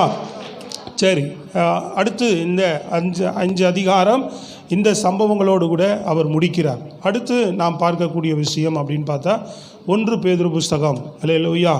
பேதுரு எழுதிய முதல் நிருபமாக நாம் இந்த புஸ்தகத்தை பார்க்கிறோம். இதில் அநேக விஷயங்கள் உண்டு. முக்கியமான சில பகுதிகளை மாத்திரம் நான் சொல்லுகிறேன். 2ஆம் அதிகாரத்தில் நீங்கள் பார்த்தீங்கன்னு சொன்னால் 4 to 7 வரைக்கும் ஒரு முக்கியமான விஷயம். ஆண்டவர் தள்ளப்பட்ட கல், அது விசுவாசிகளுக்கு அந்த கல் எப்படி இருக்கிறது, விசுவாசிக்காமல் போகிறவர்களுக்கு இடரலாக இருக்கிறது, விசுவாசிக்கிறவர்களுக்கு அது எப்படி இருக்கிறது, அது விலை உயர்ந்த விலையேற பெற்ற கல்லாக இருக்கிறது அப்படின்னு 4 to 7 வரைக்கும் சொல்லுகிறார். 9வது வசனத்தில் ரொம்ப முக்கியமான வார்த்தை வாசிங்க பார்ப்போம். நீங்களோ உங்களை அந்தகாரத்தினின்று தம்முடைய ஆச்சரியமான ஒளியினிடத்திற்கு வரவழைத்தவருடைய புண்ணியங்களை அறிவிக்கும்படிக்கு தெரிந்து கொள்ளப்பட்ட சந்ததியாயும் ராஜரீகமான ஆசாரிய கூட்டமாயும் பரிசுத்த ஜாதியாயும் அவருக்கு சொந்தமான ஜனமாயும் இருக்கிறீர்கள். ஆமென். ஹல்லேலூயா. 3 விதமான காரியங்களை சொல்கிறார். எது சொல்றார் அவர்? ராஜரீகமான கூட்டம், அடுத்து ஆசாரிய கூட்டம், அப்புறம் பரிசுத்த ஜாதி, அப்புறம் அவருடைய சொந்த ஜனம். 4 விஷயத்தை சொல்கிறார். இதில் நம்ம மேலே என்ன இருக்குது? நம்ம ராஜரீக அபிஷேகத்தை பெற்றவர்கள். நீ ரட்சிக்கப்பட்டு விசுவாசியான போது உன் மேலே என்ன அபிஷேகம் இறங்கிறது? அபிஷேகம் வரும்போதே பரிசுத்தாவின் அபிஷேகத்தோடு உனக்குள்ள என்ன வருகிறது? ராஜரீகம்னா புரியுதா? அதிகாரம் உடையவர்கள், ஆளக்கூடியவர்கள். நாம் எதுக்கு அடிமையானவர்கள் அல்ல, நாம் எல்லாவற்றையும் ஆளக்கூடியவர்களாக தான் ஆண்டவர் படைத்தார். கிறிஸ்து இயேசுவின் மூலமாக இந்த அதிகாரம் நமக்கு திரும்பவும் கிடைக்கிறது. அதனால தான் அவருடைய அதிகாரத்தை நமக்கு கொடுத்துட்டு போனார். சகல அதிகாரம் உங்களுக்கு கொடுக்கிறேன் அப்படின்னார். சாத்தானை மேற்கொள்ளுகிறேம்மா, சொல்லுங்களேம்மா, அதான் உட்காந்துரு, புரியுதா இல்லையா? சத்துருவை மேற்கொள்ளும் உலகத்தில் அவன் உன்னை அடிமைப்படுத்திட்டான். நீ அவனை அடிமைப்படுத்தி இந்த உலகத்தில் நீ ஆளலாம் அப்படின்றார். Praise the lord. ஹல்லேலூயா. அதான் ராஜரீக அபிஷேகம் நமக்குள்ளே வருது. அதனால தான் அனல் மூட்டணும். இந்த அபிஷேகத்தில் என்ன செய்யணும்? உன்னை ஏதோ ஒரு விஷயம் அடிமைப்படுத்த பார்க்குதுன்னா அடிமையாகக்கூடாது. சினிமாவுக்கு நான் அடிமையாகிறேன்னா அடிமையாகக்கூடாது. நாம் ஆளக்கூடியவர்கள், அதை ஆளுகிறவர்களாக இருக்கணுமோ, அது என்னை அடிமைப்படுத்தக்கூடாது. ஒரு குடி என்னை அடிமைப்படுத்தினா அடிமையாகக்கூடாது. அதுக்கு நாம் ஆளுகிறவர்களாக இருக்கணும், அதுக்கு நாம் அடிமை இல்லை. ஒரு பாவம் என்னை அடிமைப்படுத்தினா நம்ம அதுக்கு அடிமை இல்லை, நாம் அதை ஆளுகிற அதிகாரத்தை கர்த்தர் எனக்கு கொடுத்துருக்கிறார். ஸ்தோத்திரம். ஹல்லேலூயா. எதற்குமே நாம் அடிமையானவர்கள் அல்ல, விடுதலையாக்கப்பட்டவர்கள், சுயாதீனம் உடையவர்கள், ராஜரீக அபிஷேகத்தை உடையவர்கள். Praise the lord. Hallelujah. Yesu கிறிஸ்துவோடு கூட 1000 வருஷம் அவரோடு கூட ஆளக்கூடியவர்கள். அந்த அபிஷேகம் நம்ம மேலே இருக்கிறது என்பதை, உங்கள் மேலே இருக்கிறது என்பதை நீங்கள் மறந்துடக்கூடாது. ஆசாரியத்துவ ஊழியம் அப்படின்னா கர்த்தருக்காக நீங்கள் ஊழியம் செய்யலாம். சொல்லுங்க சத்தமா. கர்த்தருக்காக ஊழியன்னா இப்படி ஊழியம் இல்லை, எந்த ஊழியத்தையும் நீங்கள் செய்யலாம். சபையில் கொடுக்கப்படுகிற எந்த ஊழியத்தையும் பணிவிடைகளையும் அவருக்காக ஏதாவது ஒரு ஊழியத்தை நீங்கள் செய்து கொண்டே இருக்கலாம். அப்படி ஒரு அபிஷேகத்தை என்ன செய்கிறார்? கர்த்தர் கொடுத்திருக்கிறார். அடுத்தது பரிசுத்தமான ஜாதி. அல்லேலூயா சொல்லுங்க பார்ப்போம். சொல்லுங்களேன், என்ன ஜாதியாக நம்மை மாற்றியிருக்கிறார்? பரிசுத்த ஜாதி. அல்லேலூயா. அவர்கள் இங்கே பரிசுத்த ஜனம் அப்படின்னு தான் அவர்கள் இந்த மொழிபெயர்ப்பில் ஜாதி ஜாதின்னு எழுதியிருப்பாங்க. அது மொழிபெயர்ப்பில் வருகிற பிரச்சனைகளாக பார்க்குறோம். சொல்கிறது புரியுதுங்களாம்மா? வேல் அப்படின்ற இடத்துல எல்லாம் ஏல் அப்படின்னு தான் வரும். ஏல், சாமி ஏல், சாமு ஏல் தான். அல்லேலூயா. ஆனால் இது சாமு வேல் அப்படின்னு போட்டாங்க. அது தமிழ் மொழிபெயர்ப்பில் வருகிற பிரச்சனையை ஒழிய ஏல், யோவேல் அப்படின்னு இயேசு கிறிஸ்து அவருடைய நாமம் எப்படிப்பட்டது? யெகோவா. யோவேல் அப்படின்னு அவருடைய ஏல் அப்படின்ற வார்த்தை தான் ஏல் அப்படின்னு சொல்கிறாரு பார்த்தீங்களா? பெத்தேல், அந்த ஏல் தான் வரும். ஏல் இப்படி இன்னாட்டி இந்த ஏல் வரும். ஆனால் அங்கே மொழிபெயர்ப்பில் தான் இந்த ஜாதி இந்த மாதிரி சின்ன சின்ன மிஸ்டேக்ஸ் தான் இருக்கும். மற்றபடி நாம் இதே மாதிரி சொல்ல தேவையில்லை. அல்லேலூயா. பரிசுத்த ஜனம் அப்படின்னு சொல்லலாம். சரிங்களா? சரி. அவருடைய சொந்த முன்னே தேவனுடைய ஜனங்களாக இருக்கவில்லை, இப்பொழுதோ அவருடைய ஜனங்களாக இருக்கிறீர். கீழே முன்னே நீங்கள் இரக்கம் பெறாதவர்களாக இருந்தீர்கள், இப்பொழுதோ இரக்கம் பெற்றிருக்கிறோம். ஸ்தோத்திரம். சத்தமாக சொல்லுங்கள். இந்த இதெல்லாம் நம்மகிட்ட இருக்குது அப்படின்றத மறந்துடாதீங்க. ஹலோ. எவ்வளோ கிருபை, எவ்வளோ நன்மைகள், எவ்வளோ ஆசீர்வாதங்களை அவர் விசுவாசத்தின் மூலமாக நமக்கு வச்சிருக்கிறார். எதையும் விசுவாசிகள் இன்றைக்கு வரைக்கும் எடுக்காதான் பெரிய பிரச்சனையே. இப்போது உட்காந்து அழுதுகிட்டே இருக்கிறோம். மூக்கை சிந்தி சிந்தி கண்ணீரை விட்டு விட்டு தடவை நனைஞ்சதான் மிச்சம். மூக்குச்சளினால் ஈரமானதான் மிச்சம். ஹலோ சொல்லுங்க பார்ப்போம். அழுது அழுது அழுது அழுது அழுது அழுது விசுவாசித்து எடுத்துக்கொள்ளுன்னு தான் சொல்கிறார் ஆண்டவர். நீ பிள்ளை ஆயிட்ட, ஏன் ஒப்ப அறிவிக்கிற, ஏன் அழுகிற, ஏன் முறுமுறுக்கிற? அல்லேலூயா சொல்லுங்களேன். எதுக்கு இனிமேல் இதெல்லாம்? விசுவாசித்து கண்ணீர் வடிக்கலாம், தப்பில்லை. எதற்கு? ஆனந்த கண்ணீர் வரலாம். ஒன்று அன்றைக்கி கூட சார் என்ன சும்மா ஏன் அழுதுகிட்டே? இல்லை, கர்த்தர் செய்ய நன்மையை நினச்சி தான் நான் அழுகிறேன் அப்படின்னு சொன்னாங்க. அது மற்றவங்க பார்க்கும்போது எதுக்காக அழுகிறீங்கன்னே தெரியாது, நீங்கள் எல்லாத்துக்கும் அழுகிறீங்க அப்படின்னு சொன்னேன். அப்போது அந்த அன்பில் அழுகிறது ஒரு பக்கம் இருக்குது. சரிங்களா? இன்னொன்று நம்ம ஒரு தேவைக்காக கர்த்தருடைய சமூகத்தில் என்ன செய்யலாம்? ஊக்கமாக நம்ம ஒரு கண்ணீர் வடிக்கலாம். ஆண்டவரே இந்த விஷயத்தை செய்யுங்க அப்படின்னு ஒரு விசுவாசத்தோடு நமக்குள்ள இருக்கிற குமரனால் ஒரு சொட்டு கண்ணீர் வரலாம். தவறு கிடையாது. அது கண்ணீர்னால் ஆத்தும ரட்சிப்புக்காக நமக்காக அழுகிறது இச்சையாக போயிடும். மற்றவர்களுக்காக எதுக்கு? நம்மளுடைய விஷயங்களும் நாமத்துக்கு மகிமைக்காக எனக்கு செய்யுங்கன்னு கேட்கலாம். சோத்திரம். நல்லா சொல்லுங்கள். விசுவாசத்தோடு கேட்டு எல்லாவற்றையும் பெற்றுக்கொள்ளுங்கள். எல்லாத்தையும் எல்லாம் வச்சிருக்கிறார். எல்லாம் அபிஷேகம் இருக்குது, கிருபை இருக்குது. துதிச்சு நம்ம என்ன செய்கிறோம்? என்னை கேட்டோம், நாளைக்கு எல்லாம் மாறிடும். நான் மாறவே மாட்டேன், ஆனால் எல்லாம் ஆண்டவர் எனக்கு செஞ்சு வரணுன்றோம். சொல்லுங்கள். அல்லேலூயா. நாமளும் மாறிக்கிட்டே இருப்போம், கர்த்தர்கிட்ட கேட்டுக்கிட்டே இருப்போம், கர்த்தரும் எல்லாம் நமக்கு செய்வார். சொல்லுங்கள். அல்லேலூயா. வேதமோ தேவனோ சத்தியமோ மாறலை, எல்லாம் அப்படியே தான் இருக்குது, சரியாக தான் இருக்குது. நாம் மாறி நாம் விசுவாசித்து சரியாக வேண்டியதை தேவனிடத்தில் பெற்றுக்கொள்ளாமல் இருக்கிறோம் என்பதுதான் நம்முடைய தவறு. கரங்களை உயர்த்தி நல்ல சத்தமாக சொல்லுங்க பாப்போம். சரி. அப்போது அடுத்து பகுதியில் அவர் 3ஆம் அதிகாரத்தில் கணவன் மனைவியினுடைய விவரங்களை குறித்து எல்லா ஆசிரியர்களுமே எல்லா ஊழியர்களுமே இந்த விவரங்களை எழுதியிருக்கிறார்கள். அல்லேலூயா. அந்தபடி மனைவிகளே உங்கள் சொந்த புருஷருக்கு கீழ்ப்படித்திருங்கள் அப்படின்னு பெரிய பட்டியலே கொடுக்கிறார். 7ஆம் வசனத்தில் சொல்றார், அந்தபடி புருஷர்களே மனைவியானவள் பலவீன பாண்டமாயிருக்கிற உங்கள் ஜபங்களுக்கு தடை வராதபடி நீங்கள் வேகத்தோடு அவர்களோடு வாழ்ந்து அவர்களுடைய நித்திய ஜீவனாய் கிருபையை சுதந்தரித்துக் கொள்ளுகிறவர்கள் ஆனபடியினால் அவர்களுக்கு செய்ய வேண்டிய கணத்தை செய்யுங்கள். 2 பேருக்கும் வேண்டிய ஆலோசனைகளை எல்லா ஊழியர்களுமே கொடுக்கிறார். பேதுருவும் ஒரு முழு அதிகாரத்தில் அந்த விவரங்களை குறித்து சொல்லுகிறார். அல்லேலூயா. சத்தமாக சொல்லுங்க. சில வசனங்களில் அந்த விவரங்களை சொல்லிட்டு மற்ற காரியங்களை இந்த 3ஆம் அதிகாரத்தில் அவர் பேசுகிறார். 4ஆம் அதிகாரம் கடைசி வார்த்தை 7 வாசிங்க பார்ப்போம். எல்லாவற்றிற்கும் முடிவு சமீபமாயிற்று. ஆகையால் தெளிந்த புத்தியுள்ளவர்களாய் இருந்து ஜெபம் பண்ணுகிறதற்கு ஜாக்கிரதையுள்ளவர்களாய் இருங்கள். இருங்க. தெளிந்த புத்தியா இருந்து எல்லாத்துக்கும் என்ன செய்யுங்க? ஜெபம் பண்றதுக்கு எப்பவுமே ஜாக்கிரதையா இருங்கன்றார். ஜெபத்தை மாத்திரம் எந்த சூழ்நிலையிலும் விட்டுறாதீங்க. அல்லேலூயா. ஆமாம், ஜெபம் பண்ணுறதுல விழித்திருங்க, ஜாக்கிரதையா இருங்க அப்படின்ட்டு 6:7 சொல்கிறார். ஆகையால் ஏற்ற காலத்திலே வாசிங்க 5:6-7.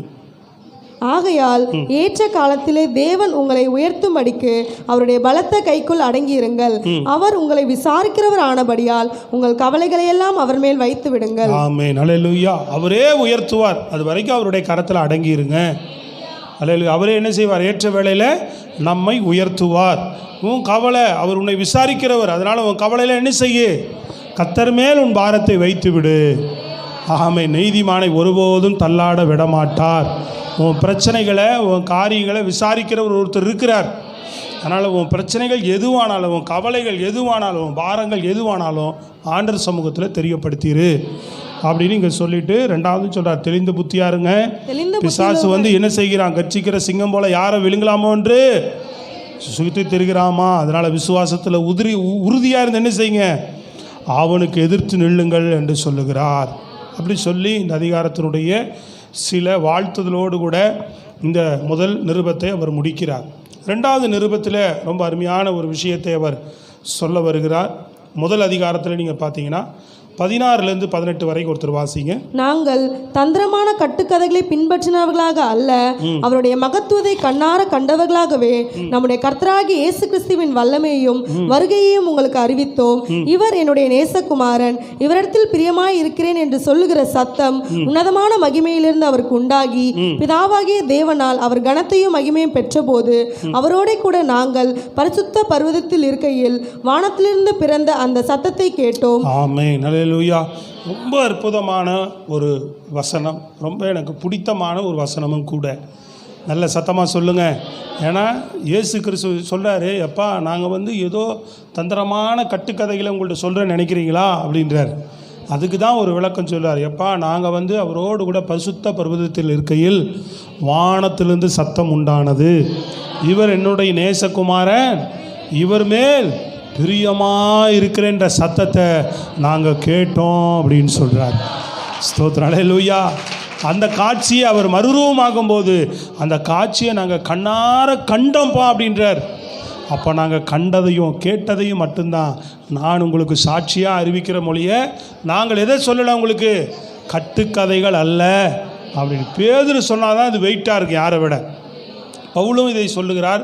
தரிசனமானதை குறித்து அநேக இடங்களில் பேதுரு ரொம்ப வலிமையாக இந்த வார்த்தையை போடுகிறார். அதனால் கிறிஸ்துவனுடைய உபதேசங்களும் கிறிஸ்துவனுடைய வார்த்தைகளும் கிறிஸ்துவுக்குள் இருக்கிற சபைகளும் ஊழியங்களும் ஏதோ கட்டுக்கதைகளால் நிரம்பப்பட்டதல்ல. இது எல்லாமே சத்தியத்திற்கு உட்பட்டது, ஜீவனுக்கு உட்பட்டது. எல்லாவற்றிலுமே என்ன இருக்குது? அதில் நியாயங்களும் சத்தியங்களும் உண்மைகளும் அடங்கியிருக்கிறது என்பதை மாத்திரம் நாம் ஒரு நாளும் மறந்து விடவே கூடாது. பிரைஸ் தி லார்ட், அல்லேலூயா, ஆமென். அப்படிப்பட்ட ஒரு ஆணித்தனமான ஒரு வார்த்தையை அந்த நிருபத்தின் மூலமாக விசுவாசிகளுக்கு சொல்லுகிறார். பிறகு 2ஆம் அதிகாரத்தில் அவர் சொல்ல வருகிற விஷயம், கள்ள போதகர்கள், கள்ள தீர்க்கதரிசிகள் ஜனங்களுக்குள்ளே இருந்தார்கள், அப்படியே உங்களுக்குள்ளும் கள்ள போதகர்கள் இருப்பார்கள். அவர் முதல்ல சொல்லிட்டார். அதனால ஏன் கள்ள போதகர்கள்லாம் வராங்க அப்படின்னு சொல்லி நம்ம யோசிக்க வேண்டாம். கள்ள போதகர்கள் இருப்பாங்க அப்படின்னு சொல்லிட்டார். சொல்லுங்க, அல்லேலூயா. கள்ள தீர்க்கதரிசிகள், கள்ள போதகர்கள் இருக்க தான் செய்வாங்க. நாம தான் சத்தியத்துக்கு கவனமாக இருந்து கள்ள போதகர்களுக்கும் கள்ள தீர்க்கதரிசிகளுக்கும் விலகி இருக்க வேண்டும். அவங்க எப்படிப்பட்ட தன்மை உடையவர்களாக இருப்பாங்க? கள்ள போதகர்கள், கள்ள தீர்க்கதரிசிகளுக்கு இருக்கிற குணாதிசயங்கள் என்ன அப்படின்றதான் ஒரு விளக்கமாக சொல்கிறார். அதனால் நியாய தீர்ப்பு நாள் வரும்போது நிச்சயமாக அவங்கள கர்த்தர் நியாயம் தீர்ப்பார், கர்த்தர் நீதி செய்வார் அவர்களை. அதனால் நீங்கள் கவனமாக இருந்து நோவாவை காப்பாற்றினது போல் உங்களை காப்பாற்றுகிற ஒருத்தர் இருக்கிறார். லோத்தை காப்பாற்றினது போல அநீதியின் உலகத்திலிருந்து உங்களை காப்பாற்ற ஒருவர் இருக்கிறார். அதனால் நீங்கள் உண்மை உள்ளவர்களாக இருங்க. கள்ள போதகர்களுக்கும் கள்ள தீர்க்கதரிசிகளுக்கும் உங்களை விலக்கி காத்துக்கொள்ளுங்கன்றார். இன்றைக்கு இந்த காலகட்டத்தில் அப்போ இருந்தே உண்டு, இந்த காலகட்டத்தில் அதிகமாக இருக்குது. சொல்லுங்க, அல்லேலூயா. அப்படிப்பட்ட கள்ள போதகத்தில் வஞ்சித்து நீங்கள் இழுப்புண்டு போகாதபடி உங்கள் ஜீவியத்தை, உங்கள் ஆத்மாவை கவனமாய் காத்துக்கொள்ளுங்கள். அது உங்களுக்கு ஆசீர்வாதமாக இருக்கும். சத்தமாக சொல்லுங்கள் பார்ப்போம். அதில் நீங்கள் 15 பார்க்கும்போது பாருங்கள், செம்மையான வழியை விட்டு தப்பி நடந்து பேயோரின் குமாரனாகிய பிலேயாமின் வழியை பின்பற்றி போனவர்கள் அவன் அநீதத்தின் கூலியை விரும்பி. பாருங்க, பிலேயாமை குறித்து பேதுரு வரைக்கும் சொல்கிறார். கடைசியில் இயேசு கிறிஸ்து வெளிப்படுத்தின சொல்கிறார் அவனை பற்றி. அல்லேலூயா. ஆமாம், அநீதித்தின் கூலி அப்படின்னால பணத்தினால ஆசைப்பட்டு மஞ்சகமான தந்திரமான கட்டுக்கதைகளை போதித்து ஜனங்களை தன்வசப்படுத்துகிற, அல்லேலூயா, தன்னுடைய லாப நோக்கத்திற்காக ஊழியம் செய்கிற பண இச்சைகளினால எல்லா விதமான அசுத்த கேடுகளை நடப்பித்துட்டு கர்த்தருடைய ஊழியத்தையும் துணிகரமாய் செய்கிற கள்ள போதகர்கள், அல்லேலூயா, அவங்களுடைய கிரிகள் சரி இருக்காது, அவங்களுடைய காரியங்கள் சரி இருக்காது, அவங்களுடைய செயல்பாடுகள் சரி இருக்காது. எவ்வளவோ சொல்லிக்கிட்டே போகலாம். Price the Lord. சத்தமாக சொல்லுங்கள் பார்ப்போம். அவர்கள் இன்றைக்கெல்லாம் என்ன சொல்கிறாங்க, அவங்களே அப்படி இருக்கிறாங்க, நாம் இருந்தால் என்ன அப்படின்னு தான் போகிறாங்களோ ஒழிய இது சரியில்லை அப்படின்னு சொல்லி அதிலிருந்து விலகக்கூடிய ஒரு எண்ணம், ஒரு சரியான ஒரு என்ன வேணும், ஒரு இருதயம் நமக்கு காணப்பட வேண்டும். நல்ல சத்தமாக கரங்களை உயர்த்தி சொல்லுங்கள். இப்படி ஒரு பெரிய பட்டியல், பயங்கரமாக போல்டாக பேதுரு இந்த அதிகாரம் முழுவதும் அவர் சொல்லுகிறதை நாம் கவனிக்க முடியும்.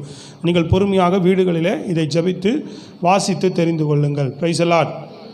பிறகு 3ஆம் அதிகாரத்தில் ஒரு விளக்கமான பட்டியலோடு கூட அவர் முடிக்கிறார். என்ன அப்படின்னு சொன்னால் 4வது வசனத்தில் சொல்லுகிறார், வாசிங்க. அவர் வருவார் என்று சொல்லுகிற வாக்குத்தத்தம் எங்கே? அவர் வருவார் என்கிற சொல்லுகிற வாக்குத்தத்தம் எங்கே? அல்லேலூயா. ஒரு கேள்விக்குறியோடு அங்கே முடிக்கிறார். எங்கே அவர் வருவார்னு சொன்னீங்களே, எங்கப்பா? அப்பவே கேள்வி கேட்டான். ஹலோ, பேதுரு காலத்திலேயே இயேசு வருவார்னு சொன்னேன், எங்கேனா இப்போ தாண்டா அவர் போனார் சொல்லுங்களேன். அப்போவே இயேசு வருவார் எங்கே அப்படின்னு ஒரு கேள்வி. அப்போ கடைசி வரைக்கும் இது இருக்குன்னு தான் தேவன் நமக்கு எழுதி கொடுத்துருக்கிறார். அப்போவே அந்த கேள்வி எழும்பிருச்சு. அல்லேலூயா. ஏன் அவருடைய வருகை தாமதமாக இருக்குது, அவர் எப்படி வருவார், என்ன விவரம் அப்படின்றத பேதுரு ரொம்ப அழகாக இங்கே ஒரு பெரிய பட்டியலிடுகிறார். ரொம்ப அற்புதமான வேத பகுதி இது. கட்டாயமாக நீங்கள் இது நம்ம படித்து தெரிந்து கொள்ள வேண்டிய விஷயமாகவும் இருக்கிறது. அல்லேலூயா. சொல்லுங்களேன் சத்தமா. 9 சொல்லுகிறார். அது ஏன் அப்படின்னு, தாமதிக்கிறார் என்று சிலர் எண்ணுகிறபடி கர்த்தர் தமது வாக்குத்தத்தத்தை குறித்து தாமதமாயிராமல் ஒருவரும் கெட்டு போகாமல் எல்லாரும் மனம் திரும்ப வேண்டும் என்று விரும்பி நம்மேல் நீடிய பொறுமை உள்ளவராய் இருக்கிறார். ஏன் தாமதம் பண்றாருன்னா, எல்லாரும் கெட்டு போகாதபடி. இன்னைக்கு அவர் தாமதமாக இருந்ததுனால தான் நீங்களும் நானும் உள்ள இருக்கிறோம். சொல்லுங்களேன் சத்தமா. அவர் வந்திருந்தாருன்னா நீங்களும் நானும் இன்னைக்கு ரட்சிக்கப்பட்டிருக்க முடியுமா? சொல்லுங்க. அல்லேலூயா. ஒரு 30 வருஷத்துக்கு முன்னாடி வந்தால் நான் இல்லை, உண்மைதானே? இப்போ என்னுடைய முடிவு அழிவாக போயிருக்கோம்.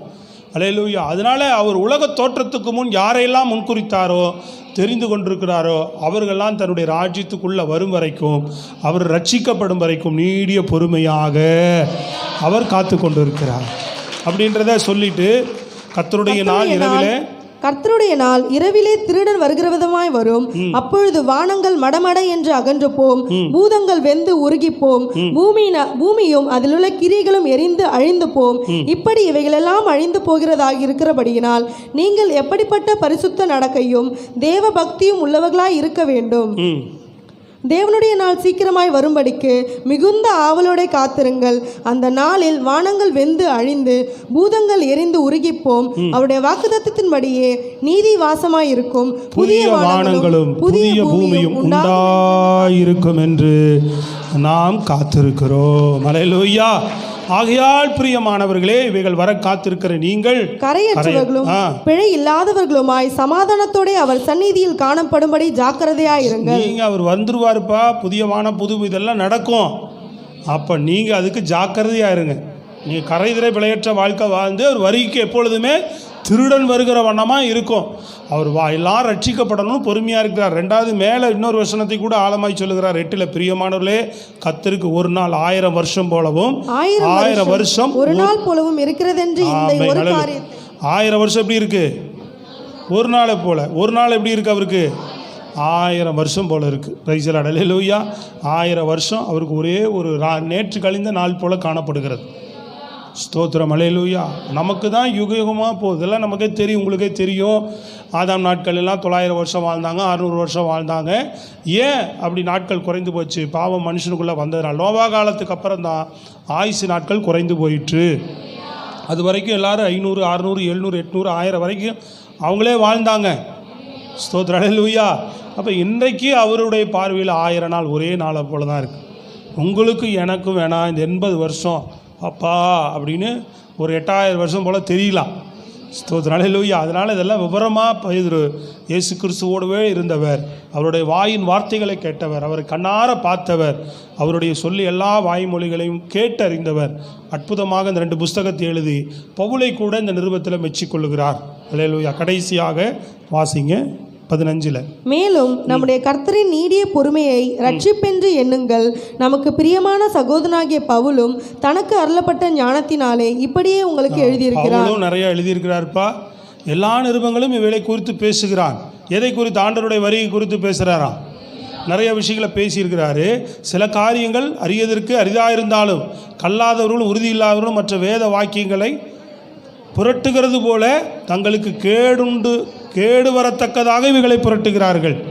புரட்டுகிறவன் யார் புரட்டுறான்னு பார்த்தீங்கன்னா அவங்களுக்கு கேடு வரத்தக்கதாக தான் புரட்டுகிறான். மற்றபடி பவுலும் சத்தியத்தை தான் சொல்லுகிறார். அதனால் அவனுடைய சத்தியத்தையும் கேளுங்க, அவன் நிருபத்தையும் படிங்க அப்படின்றார். ஸ்தோத்திரம், அல்லேலூயா. அப்படிப்பட்ட நல்ல சாட்சிகளோடு நல்ல வார்த்தைகளோடு சபைகளுக்கு ரொம்ப விவரமாய் புரிந்து கொள்ளும்படி நாம் எப்படிலாம் வாழணும், எப்படிலாம் ஆண்டவர் வரப்போகிறார், என்னென்ன பகுதியில் ஜீவிக்கணும், ஒவ்வொரு நிருபங்களிலும் விசுவாசிகளுக்கு ஏற்ற ஒவ்வொரு தன்மை ரொம்ப அழகாக இருக்கிறது. இந்த நிருபங்கள்லாம் ரொம்ப லெகுவாக நீங்கள் படிச்சிட முடியும். கிட்டத்தட்ட ஒரு 21 நிருபங்களையும் நீங்கள் உட்காந்திங்கன்னா 2 நாளில் கூட படிச்சிடலாம். ஆனால் சமயம் வாய்க்கும் போதெல்லாம் அப்பப்போ அதில் இருக்கிற கருத்துக்களை, அதில் சொல்ல வருகிற சாரம்சங்களை நீங்கள் எடுத்து அதை கை கொள்ளுவதற்கு முயற்சி செய்துட்டே இருங்க. உங்கள் கிறிஸ்துவ ஆவிக்குரிய விசுவாச வாழ்க்கை அருமையாய் கட்டி எழுப்பப்படும். தேவன் உங்கள் மூலமாய் பலத்த கிரிகளை செய்வார். நிச்சயமாக ஆண்டவர் வருகையில் கைவிடப்படாதவர்களாக அவர் மத்தியாகாயத்தில் வரும்போது அவரோடு கூட நிற்க தகுதியுள்ளவர்களாக நம்மை மாற்ற நம் தேவன் வல்லமையுள்ளவராக இருக்கிறார். ரைசல் எல்லா கரங்களை தட்டி ஆமேன். ரீபாலா தராபா ரியாந்தரகலா சந்துலுரியா துரி மகுத்தரபோ ஷபுலுரியாந்தரபா எல்லா கத்தரை துதிப்போம். ஹல்லேலூயா.